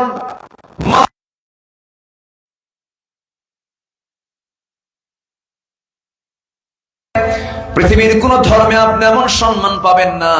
আমার আল্লাহ তাআলা বললেন, আমি জান্নাতটা কোথাও রেখে দেই নাই, জান্নাতের অ্যাড্রেসটা আমি রেখে দিয়েছি মার পায়ের নিচে। জোরে কোন সুবহানাল্লাহ। এরপরও মায়েরা কয় ইসলাম নারীকে ঠকাইছে, ইসলাম নারীকে ঠকাইছে। সম্পদ বেশি পায় পুরুষ না মহিলা? ভালো করে বলবেন, পুরুষ বেশি পায় না মহিলা বেশি পায়? বাবার সম্পত্তি ছেলে পায় 2 বিঘা, মেয়ে পায়, তাহলে বেশি পাইলো কেমনে? হ্যাঁ, আয় আছে কি? আয় আছে, যা ব্যয় আছে তার চাইতে বেশি। খেলে হিমশিম খায়, খেলে হিমশিম খায়, মাথা গরম, ঠিক কি না? পুরুষের মাথা গরম, ক্রয় ক্ষমতার বাইরে চলে গেছে। 110 টাকা ডলার ছিল, 117 টাকা হয়েছে আজকে। বরকত, তাই না? মানে 117 টাকা গুনতে হবে $1 নিতে। দিন দিন বরকত হচ্ছে আমাদের। আফগানিস্তান যুদ্ধ বিধ্বস্ত একটা দেশ, সেই দেশে ডলারের মানটা, তারা টাকার মানটা তারা কত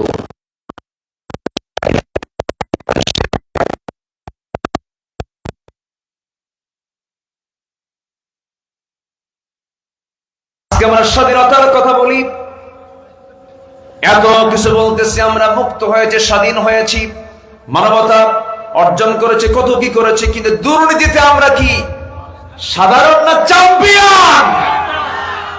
আলহামদুলিল্লাহ। যেরকম নাউজুবিল্লাহ, যেরকম নাউজুবিল্লাহ। তাহলে পুরুষের আয় যা আছে তার চেয়ে ব্যয় কম না বেশি?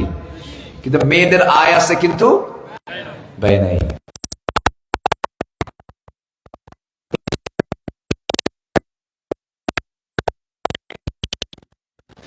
মেয়েরা স্বামীর কাছে পায়, মেয়েরা ছেলের কাছে পায়, মেয়েরা বাবার কাছে পায়, মেয়েরা মার কাছে পায়, সবগুলো এক জায়গায় হয়ে যায়। আবার মোহরার টাকা একসঙ্গে পায়, না দিলে খালি খোটা মারে, দিবি কোন দিন? আস্তে কয়, আস্তে কয়, ঠিক কি না? আমরা আবার কৃপণ হই, বিয়ে করতে গেছে ভালো কথা, মোহরার টাকা বাকি রাখি। কেমন বাকি জানেন? 10,03,301 টাকা মহারণা ধার্য করিয়া, তোর মধ্যে নাকফুল বাবদ 301 টাকা পরিশোধ করিয়া, বাকি টাকা ফাঁকি দিয়া। আছে না নাই? আচ্ছা, এরকম ব্যবসা কি করবে বলেন তো? 10 লক্ষ টাকা হচ্ছে লেনদেন, সেখানে দিছে মাত্র কত? আচ্ছা, এটা কি কোনো লেনদেন হলো? কত ডাউন পেমেন্ট তো অন্তত 50% দেওয়া দরকার, তাও দেয় না। এটা কিন্তু ফরজ কাজ, এটা দেওয়া উচিত। আবার কিছু মেয়ের বাপরা আছে ডাকাত, কি কিছু ডাকাত আছে না? মোহরানা ধার্য করে কত জানেন? 50 লক্ষ টাকা, যেন জীবন।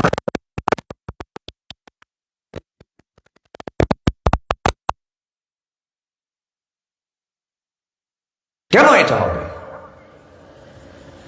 এটা জালেম, এটা জুলুমের কাজ। এটা যে পাত্র বিয়ে করতে যাচ্ছে তার যে সমর্থ হবে সেই সমর্থ অনুযায়ী মোহরানাটার যেন এটা হাস্যকর না হয়। এটা একটা মোহরানা এমন একটা পরিমাণ হওয়া উচিত যেন এটা কি হয়, এটা সম্মানজনক, যেন একটা মানে পরিমাণ নির্ধারণ করা হয়, এটা যেন হাস্যকর না হয়। 2 টাকা দিয়ে না, তা না, সম্মানজনক একটা ব্যালেন্স রেখে এমন একটা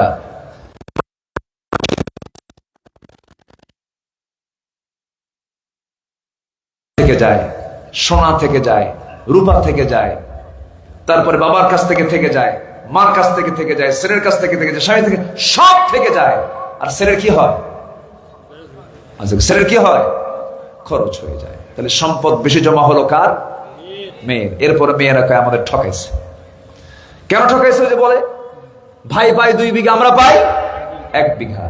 কিন্তু আমার মায়ের ওটা চিন্তা করে না যে মেয়েটার বিয়ে হলো, স্বামীর ঘরে গেল,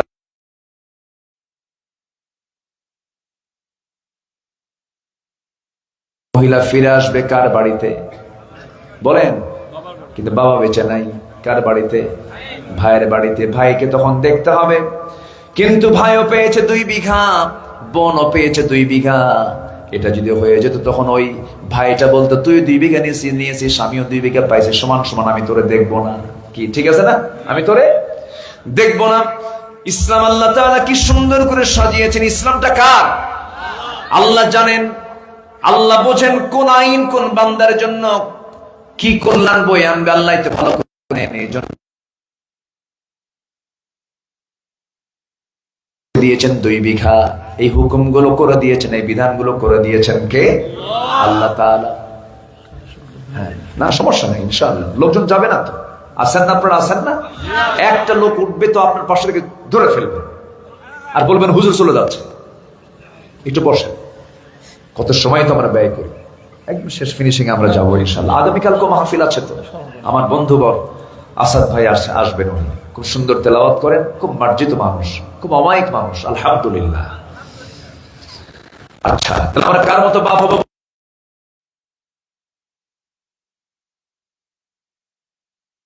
বাপ হবো? আমরা হবো কার মতো বাপ? লোকমানের মতো বাপ। পৃথিবীতে 3 জন ব্যক্তি ছিলেন কালো, কিন্তু আল্লাহ তার খুব পছন্দের বান্দা ছিলেন। যেরকম সুবহানাল্লাহ। এর মধ্যে একজনের নাম বলে ফেলেছে কে? আরেকজন আছে, জানেন? বেলাল। আল্লাহু আকবার বল। ওয়াজকের করা লাগে, ওয়াজ তো সবাই জানে। জি আমার বন্ধুগণ, সেই লোকমান ওয়াজ করেছেন, সন্তানকে 13টা নসিহত দিয়েছেন। আল্লাহ বললেন লোকমান, আমি তোর ওয়াজ আমি নিজেও পছন্দ করলাম, কারণ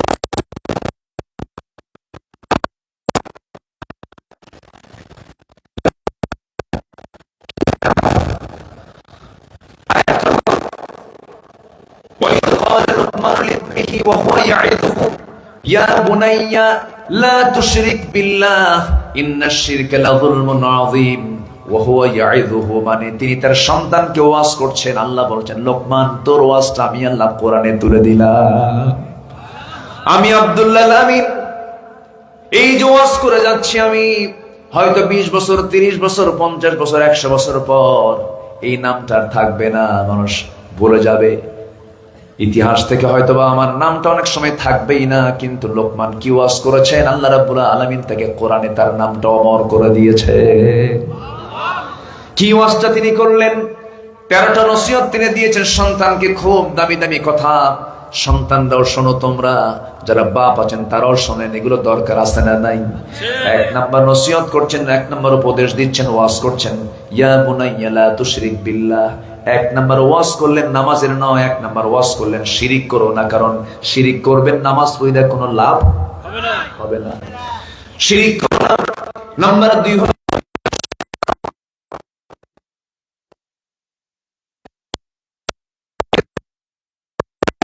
টিকে থাকতো, সমাজের ভারসাম্য থেকে যেত। কিন্তু আজকে সমাজের ভারসাম্য নষ্ট হয়ে গেছে। তার বড় প্রমাণ হলো সমাজে আজকে বাপ মা গুলো ম্যাক্সিমাম অবহেলিত। যে সমাজের বাপ মা অবহেলিত হবে, সেই সমাজের ভারসাম্য নষ্ট হয়ে যাবে, সেই সমাজ ব্যবস্থা ভেঙে পড়ে যাবে। কে বলেছে? বাড়িধারা, ডিওএইচএস, ওই যে কি বলে গুলশান বনানী, ওই সমস্ত বড় বড় অভিজাত এলাকায় কে বলেছে সুখী মানুষ বসবাস করে? কে বলেছে? কে বলেছে? আমি আজকে প্রায় 20-25 বছর যাবৎ ঢাকার মসজিদে জুমার নামাজ পড়ে অনেক মুসল্লির সঙ্গে ব্যক্তিগত সম্পর্ক আছে। অনেক মুরব্বী আছেন, মুরব্বী আমার মুসল্লি কিছু আছেন। এক মুসল্লি মুরব্বী এসে আমার চোখের সামনে এসে হাওমাও করে কান্দের, বলে হুজুর, সন্তানগুলোকে কেন বড় ডাক্তার বানালাম, কেন বড় ইঞ্জিনিয়ার বানালাম? যদি কোরআনওয়ালা বানাতাম জীবনটা আমার ধন্য হয়ে যেত। হুজুর, ডাক্তার বানিয়েছি, ইঞ্জিনিয়ার বানিয়েছি, মাসে মাসে হাজার হাজার টাকা আমাকে পাঠায় দেয়, কিন্তু বুড়া মানুষ, আমার তো এখন টাকার প্রয়োজন না, আমার এখন খেদমতের প্রয়োজন। সন্তানগুলো খেদমতের টাইম পায় না, বউ বাচ্চাকে নিয়ে অন্য জায়গায় থাকে।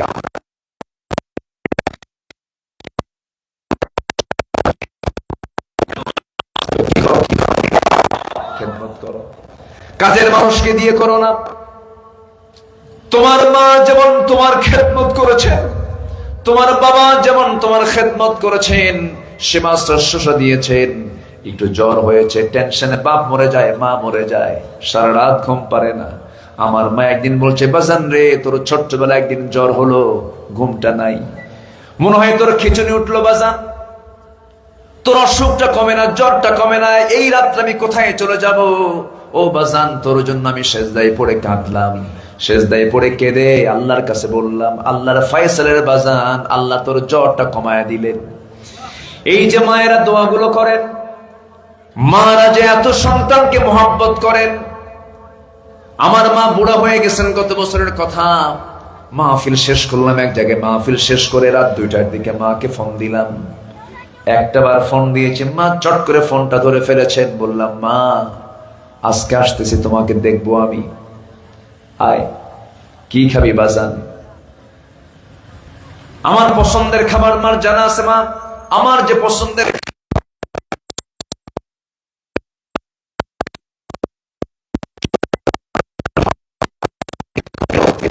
মানুষ। দরজায় গিয়ে নক করলাম, বিদ্যুৎ গতি ফেল, দরজা খুলে বলে, বাজান তুই যখন ফোন দিয়েছিস সেই সময় থেকে আমার কোনো ঘুম নাই। এই বুড়া বয়স মা যদি সন্তানকে এতটুকু মহব্বত করেন, এই মহব্বতটা আপনি বইয়ের কাছে পাবেন না, আপনি অন্য কোনো ব্যক্তির কাছে পাবেন না। মা তার সন্তানকে যে ভালোবাসেন, সেই ভালোবাসার মধ্যে কোনো খাত নাই। এই ভালোবাসা হলো ন্যাচারাল ভালোবাসা। আপনি হাজার দোষ করবেন, মা কারো কাছে বলবে না। যদি কেউ বলে, আমি শুনলাম আপনার ছেলে নাকি কেমন করে, না আমার ছেলে খুব ভালো, গাঁজা খেলে কয় না, গাঁজা খায় না। এই পৃথিবীতে একজন মানুষ সন্তানের দোষ, একজন মানুষ আরেকজন মানুষের দোষকে গোপন করে, তার হচ্ছে মা তার সন্তানের দোষকে গোপন করে। আল্লাহু আকবার বলুন। সন্তানকে নসিহত দিচ্ছে, বাবা শিরিক করবি না, শিরিক করলে পরে কার হক নষ্ট হয়?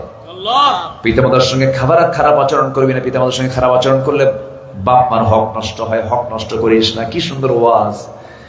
নাম্বার 3 হচ্ছে, ওই বাপ মা যদি ইসলাম বিরোধী কোনো কথা বলে, সেই সময় তোমরা তার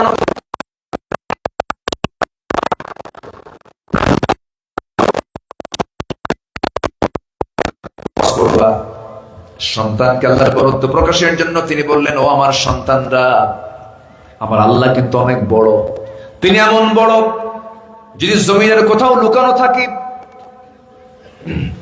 সামান্য একটা কি বলে, যেটা চোখে দেখা যায় না, এমন জাতীয় জিনিস কোথাও যদি লুকানো থাকে, তাও আল্লাহ তাআলা দেখতে পান। ইন তাকু মিসকালা হাববাতিন মিন খারদালিন ফাতাকুন ফি সাখরাতিন আও ফিস সামা। আল্লাহ রাব্বুল আলামিন কি সুন্দর করে বলছেন, লোকমানের ওয়াজটাকে তুলে ধরছেন। ও আমার সন্তানরা, আল্লাহর বরত্ব প্রকাশ করতে কৃপণতা করবে না। নাম্বার 6 হলো, ইয়া বুনাইয়া কিমিস সালাহ, হে আমার কলিজার টুকরা সন্তান, নামাজ কায়েম করবা। 6 নম্বরে, কয় নম্বরে? 6 নম্বরে। 7 নম্বর হলো, ওয়া'মুর বিল মা'রুফ, সৎ কাজের আদেশ দিবা, অসৎ কাজের বাধা দিবা। নাম্বার 8। নাম্বার 9 হলো, ওয়াসবির আলা মা আসাবাক, বিপদে মুসিবতে ধৈর্যের পরিচয় দিবা। মাহফিলে বসা আগে না ধৈর্য আগে? মসজিদে যে নামাজ আগে না ধৈর্য? বিয়ে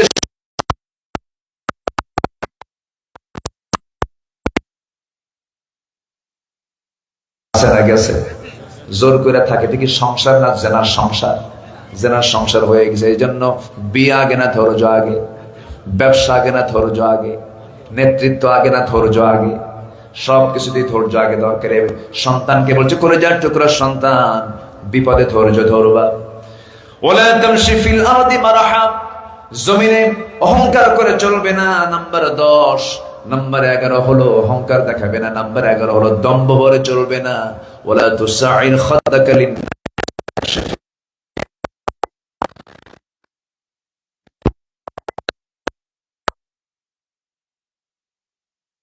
না হয়। নাম্বার 13 হলো যখন তুমি কথা বলবে নম্র স্বরে কথা বলবে। ইন্না আনকারাল আসওয়াত লা সাউতিল হামির, কারণ উচ্চ আওয়াজে কথা বলে গাধা। গাধার আওয়াজ শোনেন নাই সবাই? ছোট হয় না বড় হয়? বড় হয়, কিন্তু আওয়াজের মধ্যে কোনো সৌন্দর্য নাই, কর্কশতা বেশি। আল্লাহ তার এই প্রিয় বান্দাকে দিয়ে পৃথিবীর সকল মানুষকে লোকমানের মতো বাপ হওয়ার জন্য পরামর্শ দিচ্ছেন। আমরা সবাই কার মতো বাপ?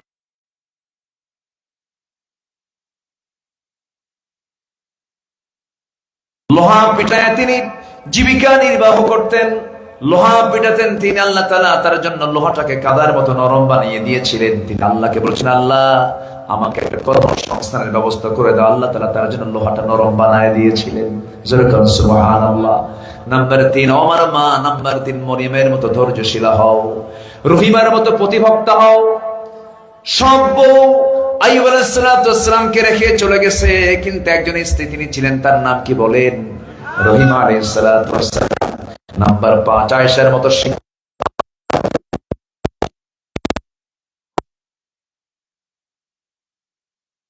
চিকিৎসক ছিলেন। আমার নবীজির সমস্ত কথাগুলো তিনি কোট করেছেন। নাম্বার 6 হলো খাদিজার মতো নবী ভক্ত হও। কার মতো? খাদিজার মতো রাসূলকে মুহাব্বত করেছেন। সবচেয়ে কম না সবচেয়ে বেশি? সবচেয়ে বেশি নবী ভক্ত তিনি ছিলেন, স্বামী ভক্ত তিনি ছিলেন। যখন বিয়ে হলো সেই সময় রাসূল নবুয়ত পান নাই, কিন্তু স্বামীকে খুব মহব্বত করতেন তিনি।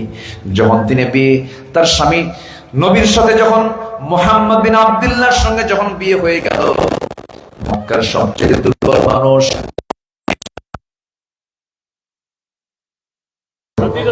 বলেন কে কে? খাদিজা। কিন্তু দেখেন স্বামীর প্রতি কি ভক্তি, কি সম্মান শ্রদ্ধা। যখন বিয়েটা হয়ে গেল, বিয়ের সঙ্গে সঙ্গে মক্কার সমস্ত ধনী মানুষরা বলে ফেললো, খাদিজা তুমি একটা কাজ করলা নাকি? গরিব একটা যুবক তুমি তাকে স্বামী বানালা। কত ধনী ধনী যুবকরা ছিল। আম্মাজান খাদিজার কানে যখন সংবাদটা চলে গেছে, তিনি সমস্ত ধনীদেরকে ডাক দিলেন। সেই সময় তো পর্দার আয়াত নাজিল হয় নাই। সব ধনীদেরকে এক জায়গায় করলেন। এক জায়গায় করে বলছেন, ও মক্কার ধনকুবেরা, আমার স্বামীর সম্পর্কে তোমরা কি ক্লেম দিচ্ছ আমি বুঝতে পেরেছি। আমার স্বামী তোমাদের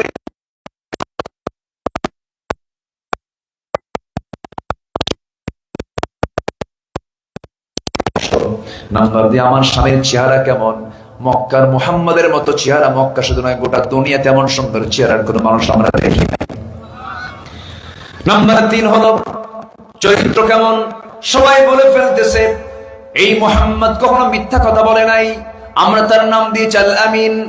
এই মুহাম্মদ আমাদের খেয়ানত করে না, আমরা তার নাম দিয়েছি আস-সাদিক আল আমিন। আমরা জানি এই মুহাম্মাদের চাইতে উন্নত চরিত্রের মানুষ এই মক্কা নগরে আর দ্বিতীয়টা নাই।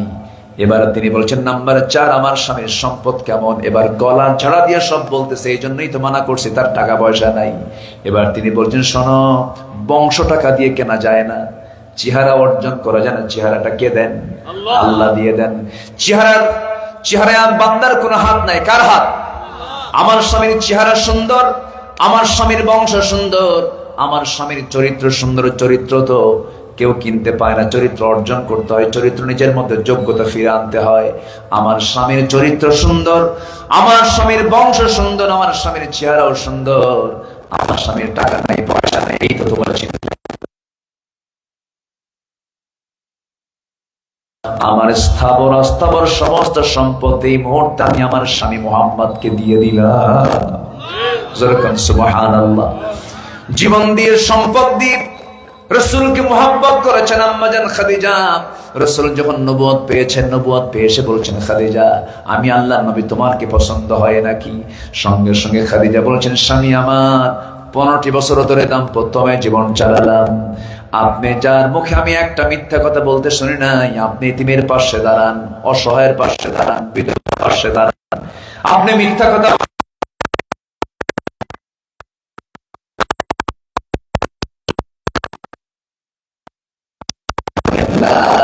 ইলাহা ইল্লাল্লাহু মুহাম্মাদুর রাসূলুল্লাহ সাল্লাল্লাহু আলাইহি ওয়াসাল্লাম। খাদিজার মতো নবী ভক্ত হও। নম্বর 7, সুলাইমানের মতো ন্যায়বান শাসক হও। সুলাইমান বিচার করেছেন মানুষ দেখে না, আইন দেখে। বলেন, মানুষ দেখে না, আইন দেখে। আইন বিচার করতে হবে ব্যক্তি দেখে না, আইন দেখে। আমার দেশে বিচার হয় আইন দেখে না ব্যক্তি দেখে। শুধু আমার দেশ নয়, গোটা পৃথিবীতে আজকে বিচার হচ্ছে ব্যক্তি দেখে না, আইন দেখে, ব্যক্তি দেখে। সুলাইমানের মতো শাসক হও। নাম্বার 8, মুসার মতো সাহসী হও। মুসা ভীরু ছিলেন না, সাহসী ছিলেন? যারা সাহসী হয় তাদের মেজাজ দুর্বল হয় না, মজবুত হয়? একজন নবী সবচেয়ে বড় মেজাজে ছিলেন, সবচেয়ে বড় রাগে ছিলেন। কোন নবী বলেন? বলেন কোন নবী? থাপ্পড় মারছেন কোন নবী বেশি? কারে থাপ্পড় মারছেন? হ্যাঁ, মালাকুল মউত তো আরেকজনকে মারছেন, তো ফেরাউনকেও মারছেন। তাও কত বছরে জানেন? 2 বছরে। তাফসীর আসছে কয় বছরে? 2 বছরে। কোলে নিছে, আসিয়া কোলে তুলে দিয়েছেন। কি স্বামী আমার, আপনি বাচ্চাকে আপনি এত ভয় পান? সব জায়গায় মুসা ঘোরে নাকি? কোলে নেন। কোলে নিছে। কোলে নিয়ে চুপ করে থাকলেও হতো। কোলে না নিয়া ওই ঠোঁটটা দিয়া তার গালের দিকে, তার কপালের দিকে নিয়ে যেতে চুমো খাবে। নতুন কোলে তো বাচ্চা এমনি উঠতে চান। এক তো নতুন কোল, আবার আর কে তো ফেরো। মুসার গালে যখন জোর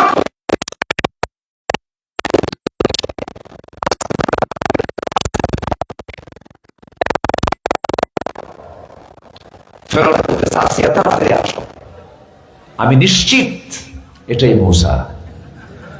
কেন? আমি বুঝতে পারছি কেন।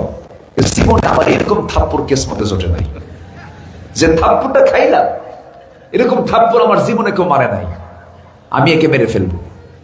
আমি বুঝতে পারছি এটাই নবী হবে। আসিয়া বলছেন, আমার স্বামী এই 2 বছর বাচ্চার থাপ্পড় খায় আপনি শীত হয়ে পড়েন, আর জনগণ যদি এই সংবাদ জানে, আপনার প্রতি কি বিশ্বাস থাকবে মানুষের? তাই তো। আসিয়া তুমি এই কথা কাউরে কইও না। আল্লাহু আকবার বলবেন না? কে বাঁচান? আসতে বলবেন না, কে বাঁচান? ইযহাব ইলা ফিরআউনা ইন্নাহু তাগা। হে মুসা, তুমি ফেরাউনের কাছে যাও, কারণ সে সীমা লঙ্ঘন করেছে। উনি বলেন, আল্লাহ আমি যাব, সাহস আছে, কিন্তু জিহ্বা ঠিক নাই। সাহস আছে কিন্তু জিহ্বা ঠিক নাই। কেন? আমার জিহ্বায় জড়তা, কথা বলতে না টাইম লাগে, তো করতে টাইম চলে যায়। আল্লাহ তুমি যদি আমাকে ফেরাউনের কাছে পাঠাও এই কালেমার দাওয়াত নিয়া, আগে জিহ্বাটা ঠিক করে দাও। রব্বি শরহ।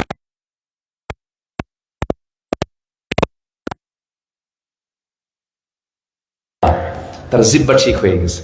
এবার বলছেন, যাও কাল্লা, যাবো তো। আমার কথার মধ্যে সুরটুর কম, আমি ডাইরেক্ট মারি। মুসা কি মারে? ডাইরেক্ট। তো আমার কথার মধ্যে সুরটুর কম। আমার ভাই হারুন আছে, আমার বয়সে বড়, আমার বড় ভাই হারুন, সে সুন্দর কথা বলতে পারে। তো তুমি যদি চাও, আমার ভাই হারুনকে আমি একটু সাথে নিতে চাই। আল্লাহ বললেন, মুসা এমনি এমনি পাঠাবো, যাও। তুমি যেহেতু তাকে সাজেশন দিয়েছো, তাকে সাজেস্ট করেছো, আমি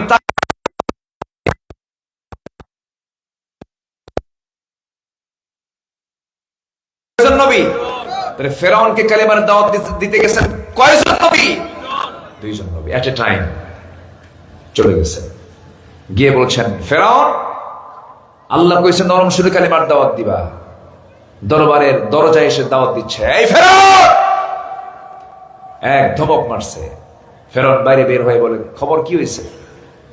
কাল্লা আমারে কইছে, আসছি। কালেমা পর মুসলমান হও।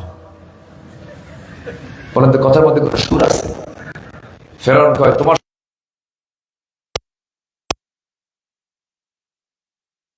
কামনা একে করে 2 নবী পাঠাইছে না? একটু বাঁকা করে কথা বলছে। হাতে ছিল কি? আজ থেকে হাতে ছিল কি? লাঠি। লাঠি উঁচু করেছেন। সাহসী হতে হবে ফেরাউনকে মোকাবেলা করার জন্য।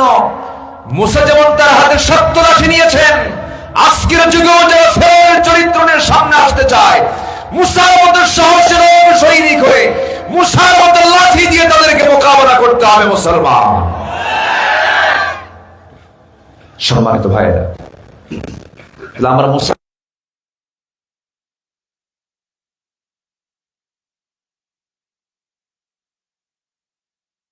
কালিমার দাওয়াত দিয়েছেন, কালিমা গ্রহণ করেছে মাত্র 80 থেকে 90 জন। অথচ ইন্নী দাউতু কওমি লাইলান ওয়া নাহারা, আমি নূহ আলাইহিস সালাতু ওয়াস সালাম আমার কওমকে দাওয়াত দিয়েছি শুধু দিনে না রাতেও, দিবা রাত্রিতে আমি কালিমার দাওয়াত দিয়েছি। কিন্তু কালিমা পড়ে মুসলমান হয়েছে 900 বছরের কয়জন?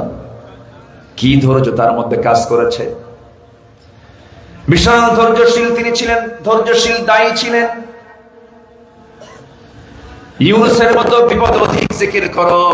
ইউনূস আলাইহিস সালাম তিনি বিপদে পড়ে আল্লাহর জিকির করেছেন। তিনি ছিলেন কিসের পেটে বলেন? মাছের পেটে ছিলেন। আল্লাহ তাআলা সেই মাছের পেটে রাখলেন, কিন্তু জিকির একটা বারের জন্য তিনি বাদ দেন নাই। আল্লাহ বলেন লাবিথা ফি বাতনিহি ইলা ইয়াউমি ইউবাসুন, জিকির না করলে তোরে কিয়ামত পর্যন্ত এই পেটের মধ্যে রাখতাম, জিকির করছিস দেখে বের করে দিলাম। জোরে বলেন সুবহানাল্লাহ। আইয়ুব আলাইহিস সালাতু ওয়াস সালামের মতো অসুস্থ হয়ে পড়লো, আল্লাহর শুকর আদায় করতে তুমি ব্যর্থ হয়ো না। আইয়ুবকে আল্লাহ তাআলা 18 বছর কুষ্ঠরোগে আক্রান্ত করেছিলেন, কিন্তু জিকির করতে বলেছেন নাকি? বলেন।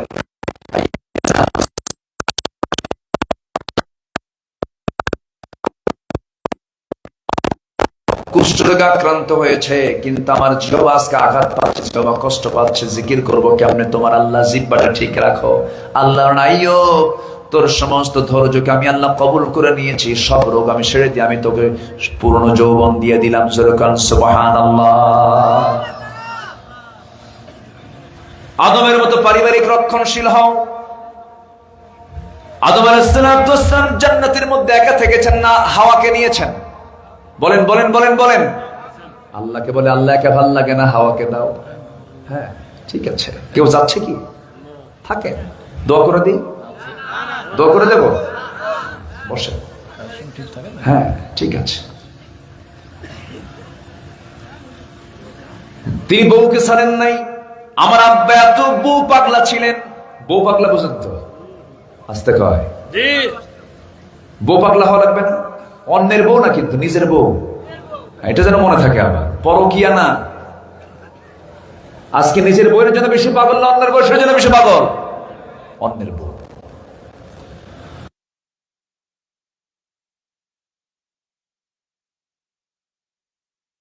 পাগল হওয়া উচিত। বউকে সুন্দর করে মাঝে মাঝে মহব্বত করা উচিত, সুন্দর নামে ডাকা উচিত। আমার নবীজি আম্মা জান আয়েশাকে আয়েশা নাম কমই বলেছেন ও লাল টুকটুকে হুমায়রা এদিকে আয়, ও তাহেরা খাদিজা এদিকে আয়। সুন্দর সুন্দর নামে ডেকেছেন, প্রেম করেছেন, মহব্বত করেছেন, আই লাভ ইউ বলেছেন, বুকের মধ্যে জড়িয়ে ধরেছেন, মহব্বত করেছেন, খাইয়ে দিয়েছেন। আম্মা জান আয়েশা বলেন মাঝে মাঝে আমি অসুস্থ হয়ে পড়তাম, রাসূল তার পবিত্র বরকতময় হাত দ্বারা আমার হাত পা টিপিয়েও দিয়েছেন। সুবহানাল্লাহ বলা যাবে না? সুবহানাল্লাহ বলা যাবে না?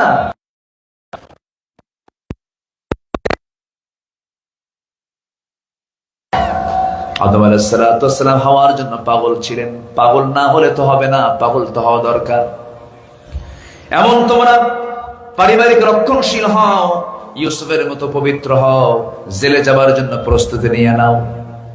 আসতে কয় ঠিক কিনা? জেলে যাবার জন্য প্রস্তুতি যে ইমানদারের নাই, তার ইমান এখন আনা হয় নাই। নাম্বার 14 হলো আসিয়ার মতো হকের পক্ষে অনড় একজন মডেল হয়ে যাও। আসিয়ার মতো এমন চরিত্র, এমন অনড়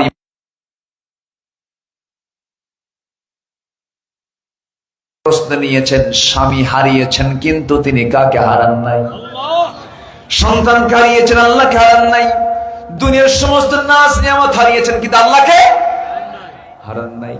যখন আসিয়া আলাইহিস সালাতু ওয়াস সালামকে ফেরাউন যখন বলল, আসিয়া সংসার গেল, সন্তান গেল, সব চলে গেল, ইসলামটা ছেড়ে দাও, মুসাকে ছেড়ে দাও। আসিয়া বলছেন, আমার স্বামী, আমার যৌবন আপনার কাছে, আপনার যৌবন আমার কাছে, খুব তো আমাদের সম্পর্ক গভীর, কিন্তু আমি চাই না আপনি জাহান্নামে যান। আপনি কি নিঃসন্দেহে আপনি বুঝেন, সবকিছু আপনি জানেন, সচেতন মানুষ।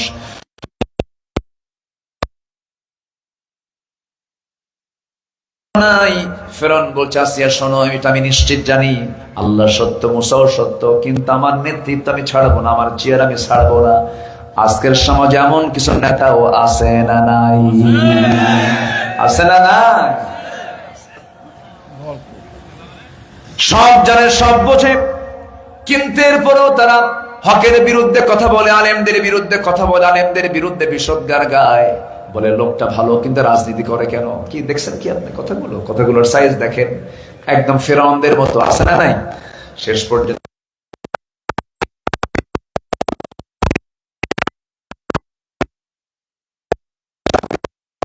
তোমাকে করাত দিয়ে চিরে 2 টুকরা করে শহীদ, 2 টুকরা করে দুনিয়া থেকে বিদায় করে দেব। আলাইহিস সালাতু ওয়াস সালাম বলেন, স্বামী আমার, নাকের মধ্যে আমি জান্নাতের ঘ্রাণ পেতেছি। সুবহানাল্লাহ, নাকের মধ্যে জান্নাতের ঘ্রাণ পেতেছি। সঙ্গে সঙ্গে আলাইহিস সালাতু ওয়াস সালামকে হাত পা বেঁধে দুনিয়া থেকে বিদায় করা হবে। করাত নিয়ে আসা হলো, কপালে করাতটা ঠেকে দেওয়া হলো। করাত যখন ঠেকে দেওয়া হলো, সেই সময় আলাইহিস সালাতু ওয়াস সালাম একটা দোয়া পড়েছেন। সেই দোয়া কোরআনে কোট করেছেন কে? সূরা তাহরিম পড়ে দেখবেন, শেষের দিকে তিনি দোয়াটা করছেন। তিনি আল্লাহর কাছে বলেছেন, রব্বি বিনিলি عندك بيتا في الجنة ونجني من فرعون وعمله। আল্লাহ, তুমি আমার জন্য বানায় দিবে একটা ঘর। কয়টা ঘর বলেন? জান্নাতে কি একটা ঘর থাকবে না একাধিক ঘর থাকবে? তিনি কিন্তু চাইছেন কয়টা ঘর? একটা ঘর। কিন্তু আল্লাহ, আমি একটা ঘর পেলেই সন্তুষ্ট, কিন্তু সেই ঘরটা হওয়া চাই তোমার ঘরের দেওয়ালের সাথে। ইনদাকা বাইতান ফিল জান্নাহ, ইনদাকা মানে ও আল্লাহ, তোমার কাছে, তোমার ঘর বানায় দাও। আল্লাহ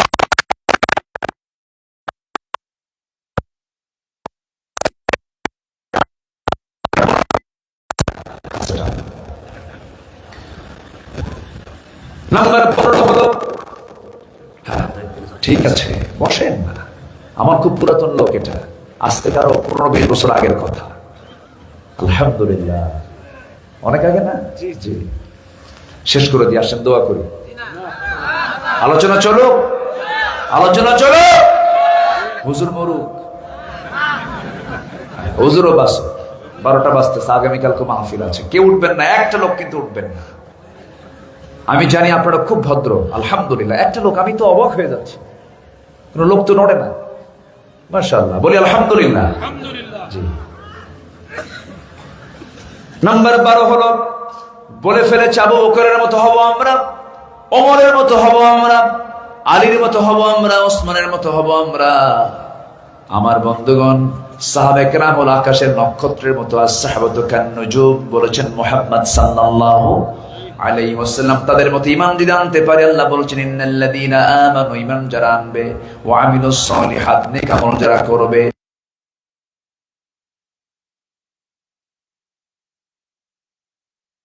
আদায় করবে, এই 4টা কাজ যারা করবে, তাদের জন্য পুরস্কার আছে কার কাছে?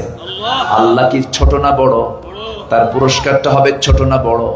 বড় পুরস্কার, যে পুরস্কারের মধ্যে কোনো দোষ ধরার কোনো সুযোগ নাই। আপনি যত খাওয়ান, কিন্তু মানুষকে সন্তুষ্ট করতে পারবেন না। মানুষ বলবে এর চেয়ে ভালো খাওয়া খাইছি, কিন্তু আল্লাহ বান্দা কেমন খাওয়া জান্নাতে খাওয়াবেন, বান্দা কখনো কল্পনাও করে নাই। জোরে বলেন সুবহানাল্লাহ। এই 4টা কাজ করবা তুমি, আল্লাহ বলছেন তোমার ভিতর থেকে ভয় দূর করে দেব, চিন্তা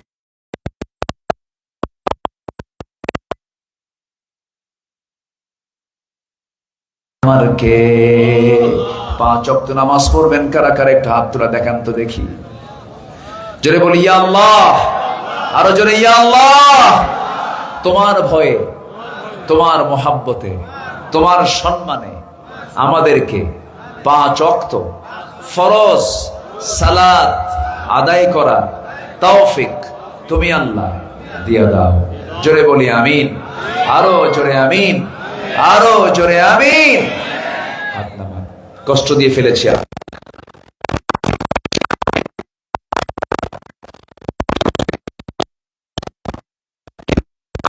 সম্মানে তাকিয়ে, আপনারা যেন কষ্ট না পান আমি বলিনি। তো আমি একটু যদি চাই বিরক্ত হবেন? দৌড় মারবেন? দৌড় তো মারতেছে না তো কেউ। করে কি জানেন, কিছু কিছু মাহফিলে বলে হুজুর প্রথমেই কালেকশন করে নেন, জনগণ দৌড় মারে। তাহলে প্রথমেই কালেকশন করা মানে কি একটু কৌশল করা, এরকম মনে হয় আমার কাছে, যে দেখো হুজুর একটা কৌশল করে আগে মেরে দেন। কি কথা বলছেন? আমার কাছে মাঝে মাঝে একটা মাইন্ড লাগে, অনেক সময় বাধ্য হই। কেউ যাবেন না। আমরা আল্লাহর পথে যদি দেই, আমরা কি ঠকবো না জিতবো? ঠকবো না জিতবো? জিতে যাব। যারা দিতে পারবো না তারা হেরে যাব। আমি অনেক দূর যাব, আমি ঢাকা যাব, কালকে জুমার নামাজ আছে, খুতবা আছে, আমারও তাড়া আছে, আমিও যাব, আপনিও যাবেন। দোয়া হবে, দোয়ার আগ দিয়ে সবার কাছে আমার একটা অনুরোধ, এই মাহফিলটার সৌন্দর্য দেখে আমি খুবই আনন্দিত, আমি খুবই খুশি। এত সুন্দর করে সাজিয়েছে মাহফিলটাকে, বলি আলহামদুলিল্লাহ। একদম সুন্দর স্টেজ থেকে শুরু করে সবকিছু সাজানো গোছানো। আল্লাহ তুমি এই কমিটি নামাজ পড়ছেন, এই মাঝখানে একটা পড়ছেন। সবচেয়ে বেশি ওয়াজ শোনে কারা? এমন ওয়াজ শোনে নামাজ নাই। আল্লাহ তুমি নামাজি বানাও সবাইকে, জোরে বলি আমিন। রাগ করলেন? একটু ঠিক হওয়া দরকার না? দরকার তো। জি, যারা বসে আছেন আমি ভলেন্টিয়ার ভাইদেরকে একটু পাঠিয়ে দেবো ভিতরে, তারা ব্যাগ নিয়ে যাবে। যতগুলো হাত, প্রত্যেকটা হাতের ছোঁয়া যেন ব্যাগে লাগে। যদি না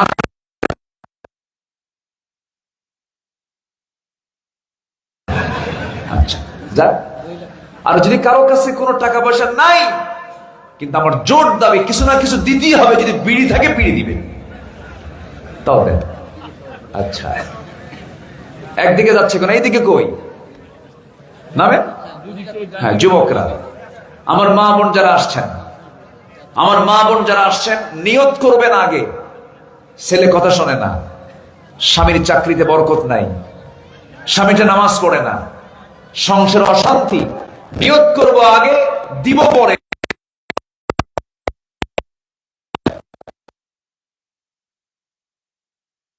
আল্লাহর নামে গান গাই, এসো না মন প্রাণ জোড়াই, এসো না মন প্রাণ জোড়াই। আল্লাহু আকবার বলো, আল্লাহু আকবার, আল্লাহু আকবার বলো, আল্লাহু আকবার। এসো না আল্লাহর নামে গান গাই, এসো না মন প্রাণ জোড়াই, এসো না মন। সবাই বলি আল্লাহু আকবার বলো, আল্লাহু আকবার, আল্লাহু আকবার বলো, আল্লাহু আকবার। বসেন, আমি তো উঠতে বলিনি, একটু বসেন প্লিজ। সবার কাছে আমি একদম করজোরে মিনতি জানাই, একসঙ্গে দোয়া করে আমার এখান থেকে বিদায় নেব। জোরে বলি ইনশাআল্লাহ। জিকির করি সুবহানাল্লাহ, আলহামদুলিল্লাহ, লা ইলাহা, আরো জোরে লা ইলাহা,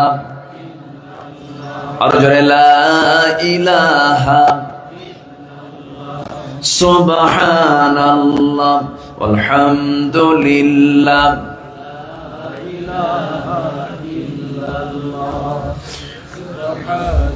ব্যাগগুলো কোথায়? ব্যাগগুলো তো আসে না তো, ব্যাগগুলো আমার পিছন দিয়ে দৌড় মারবে না তো? হ্যাঁ, ভলেন্টিয়ার সব আমাদের না? হ্যাঁ জি, জিকির করে সুবহানাল্লাহ, আলহামদুলিল্লাহ, লা ইলাহা, লা ইলাহা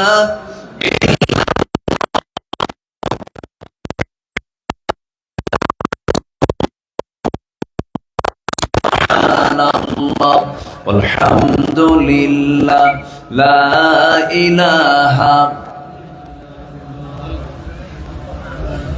আর জোরে সুবহানাল্লাহ আলহামদুলিল্লাহ লা ইলাহা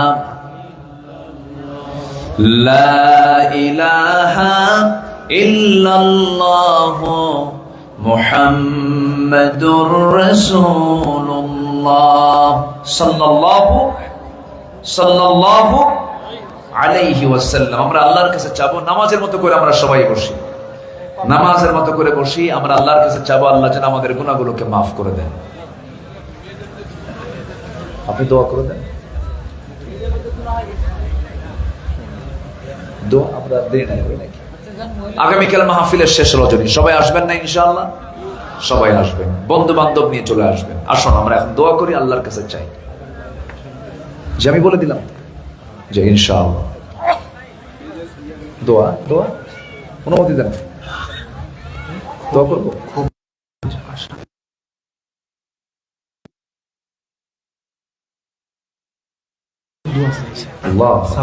জি সরওয়ার, একজন মা তার ছেলে সরওয়ারের জন্য দোয়া চায়। আল্লাহ তুমি তার নেক মাকসুদকে তুমি আল্লাহ কবুল করো, জোরে বলি আমিন। নাজিমউদ্দিন সড়ক দুর্ঘটনায় 4 হাত পা ভেঙে গেছে, আহা আল্লাহ তুমি তাকে সিহহাতে কুল্লিয়া দান করো, জোরে বলি আমিন। কিছু দান করেছে, দোয়া চায়, আমরা সবার জন্য দোয়া করি, আল্লাহুম্মা আমিন। রব্বানা যালামনা أنفسنا وإن لم تغفر لنا وترحمنا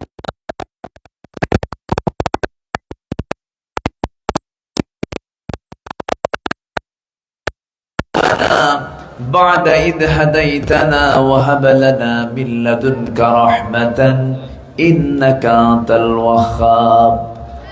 গভীরাত নিঝুম রাত, নিভানো রাত্রিতে হাজারো মুসলমান নরনারী নিয়া তোমার কালামের দুটো আয়াতকে সামনে রেখে যৎকিঞ্চিত কিছু কথা বলেছি, গুনার বোঝা মাথায় নিয়ে কাঙ্গাল ভিখারির মতো দুটো হাত পেতেছি। আল্লাহ গুনার দিকে নজর দিও না, বান্দা মনে করে তামাম জিন্দেগির গুনাহগুলোকে মাফ করে দাও।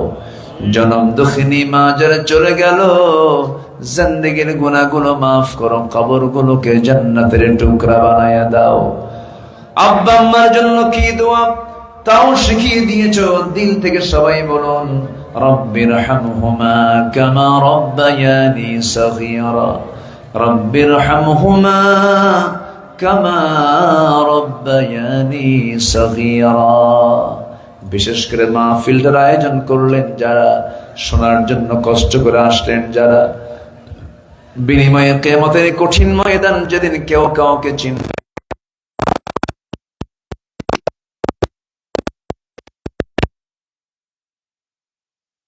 যাবে, চোখ থেকে রক্ত বের হওয়া শুরু হয়ে যাবে, সেই কঠিন মুসিবতের দিন এই মাহফিল সবার জন্য নাজাতের মাধ্যম বানায় দিও আল্লাহ। মুসলমানদের পায়ের তলায় মাটি নাই, বাইতুল মুকাদ্দাস আজকে ইহুদিরা অবরুদ্ধ করে রেখেছে। 180 কোটি মুসলমানের দুনিয়ায়, ও আল্লাহ মেহেরবানি করে একটা ওমর পাঠায় দাও, মুসলমানদের বাইতুল মুকাদ্দাস মুসলমানদের হাতে তুলে দাও। আয় আল্লাহ তাআলা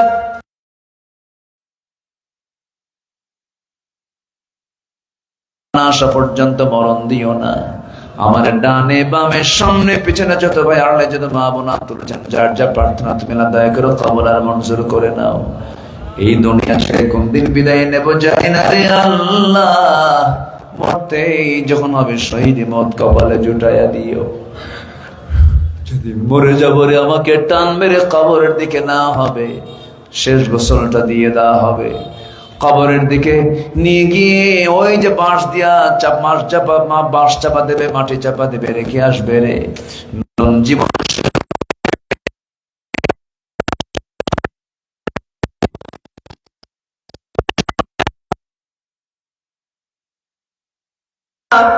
সাত দিনে পেটের নারী বুড়ি সব চোখ মুখ কান নাক দিয়ে বের হয়ে যাবে, কিম্বুত কিমকার চেহারা হয়ে যাবে।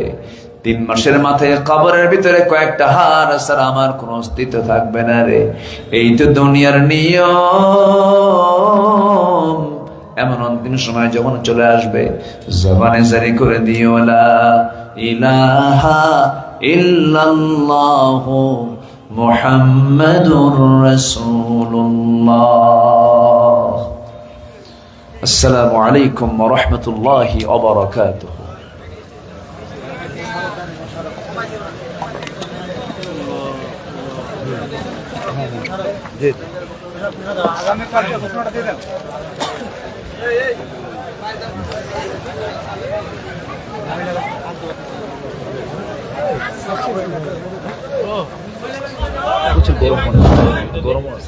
সম্মানিত সুধীবৃন্দ, দুদিন ব্যাপী তাফসীরুল কোরআন মাহফিলে আজকের প্রথম রজনী শেষ হলো। ইনশাআল্লাহ আগামীকাল আবার আমাদের এই মাহফিল শুরু হবে। আগামীকাল বক্তব্য রাখবেন আন্তর্জাতিক খ্যাতি সম্পন্ন বিখ্যাত কারি ও মুফাসসিরে কোরআন হযরত হাফেজ মাওলানা সাইদুল ইসলাম আসাদ, ঢাকা। দ্বিতীয় বক্তা হিসাবে বক্তব্য রাখবেন বিশিষ্ট ইসলামী চিন্তাবিদ ও ইসলামী সঙ্গীত শিল্পী হাফেজ মাওলানা মোহাম্মদ মামুনুর রশিদ যুক্তিবাদী, খতিব, বরগাছ পূর্ব নগর জামে মসজিদ, ঢাকা। সম্মানিত সুধী মণ্ডলী, ইনশাআল্লাহ আমরা আগামীকাল আসবো। এই প্রত্যাশা করে আজকে প্রোগ্রাম শেষ করলাম। সুবহানাকাল্লাহুম্মা ওয়া বিহামদিকা, আশহাদু আল্লা ইলাহা ইল্লা আনতা, আস্তাগফিরুকা ওয়া আতুবু ইলাইক। আসসালামু আলাইকুম ওয়া রাহমাতুল্লাহ।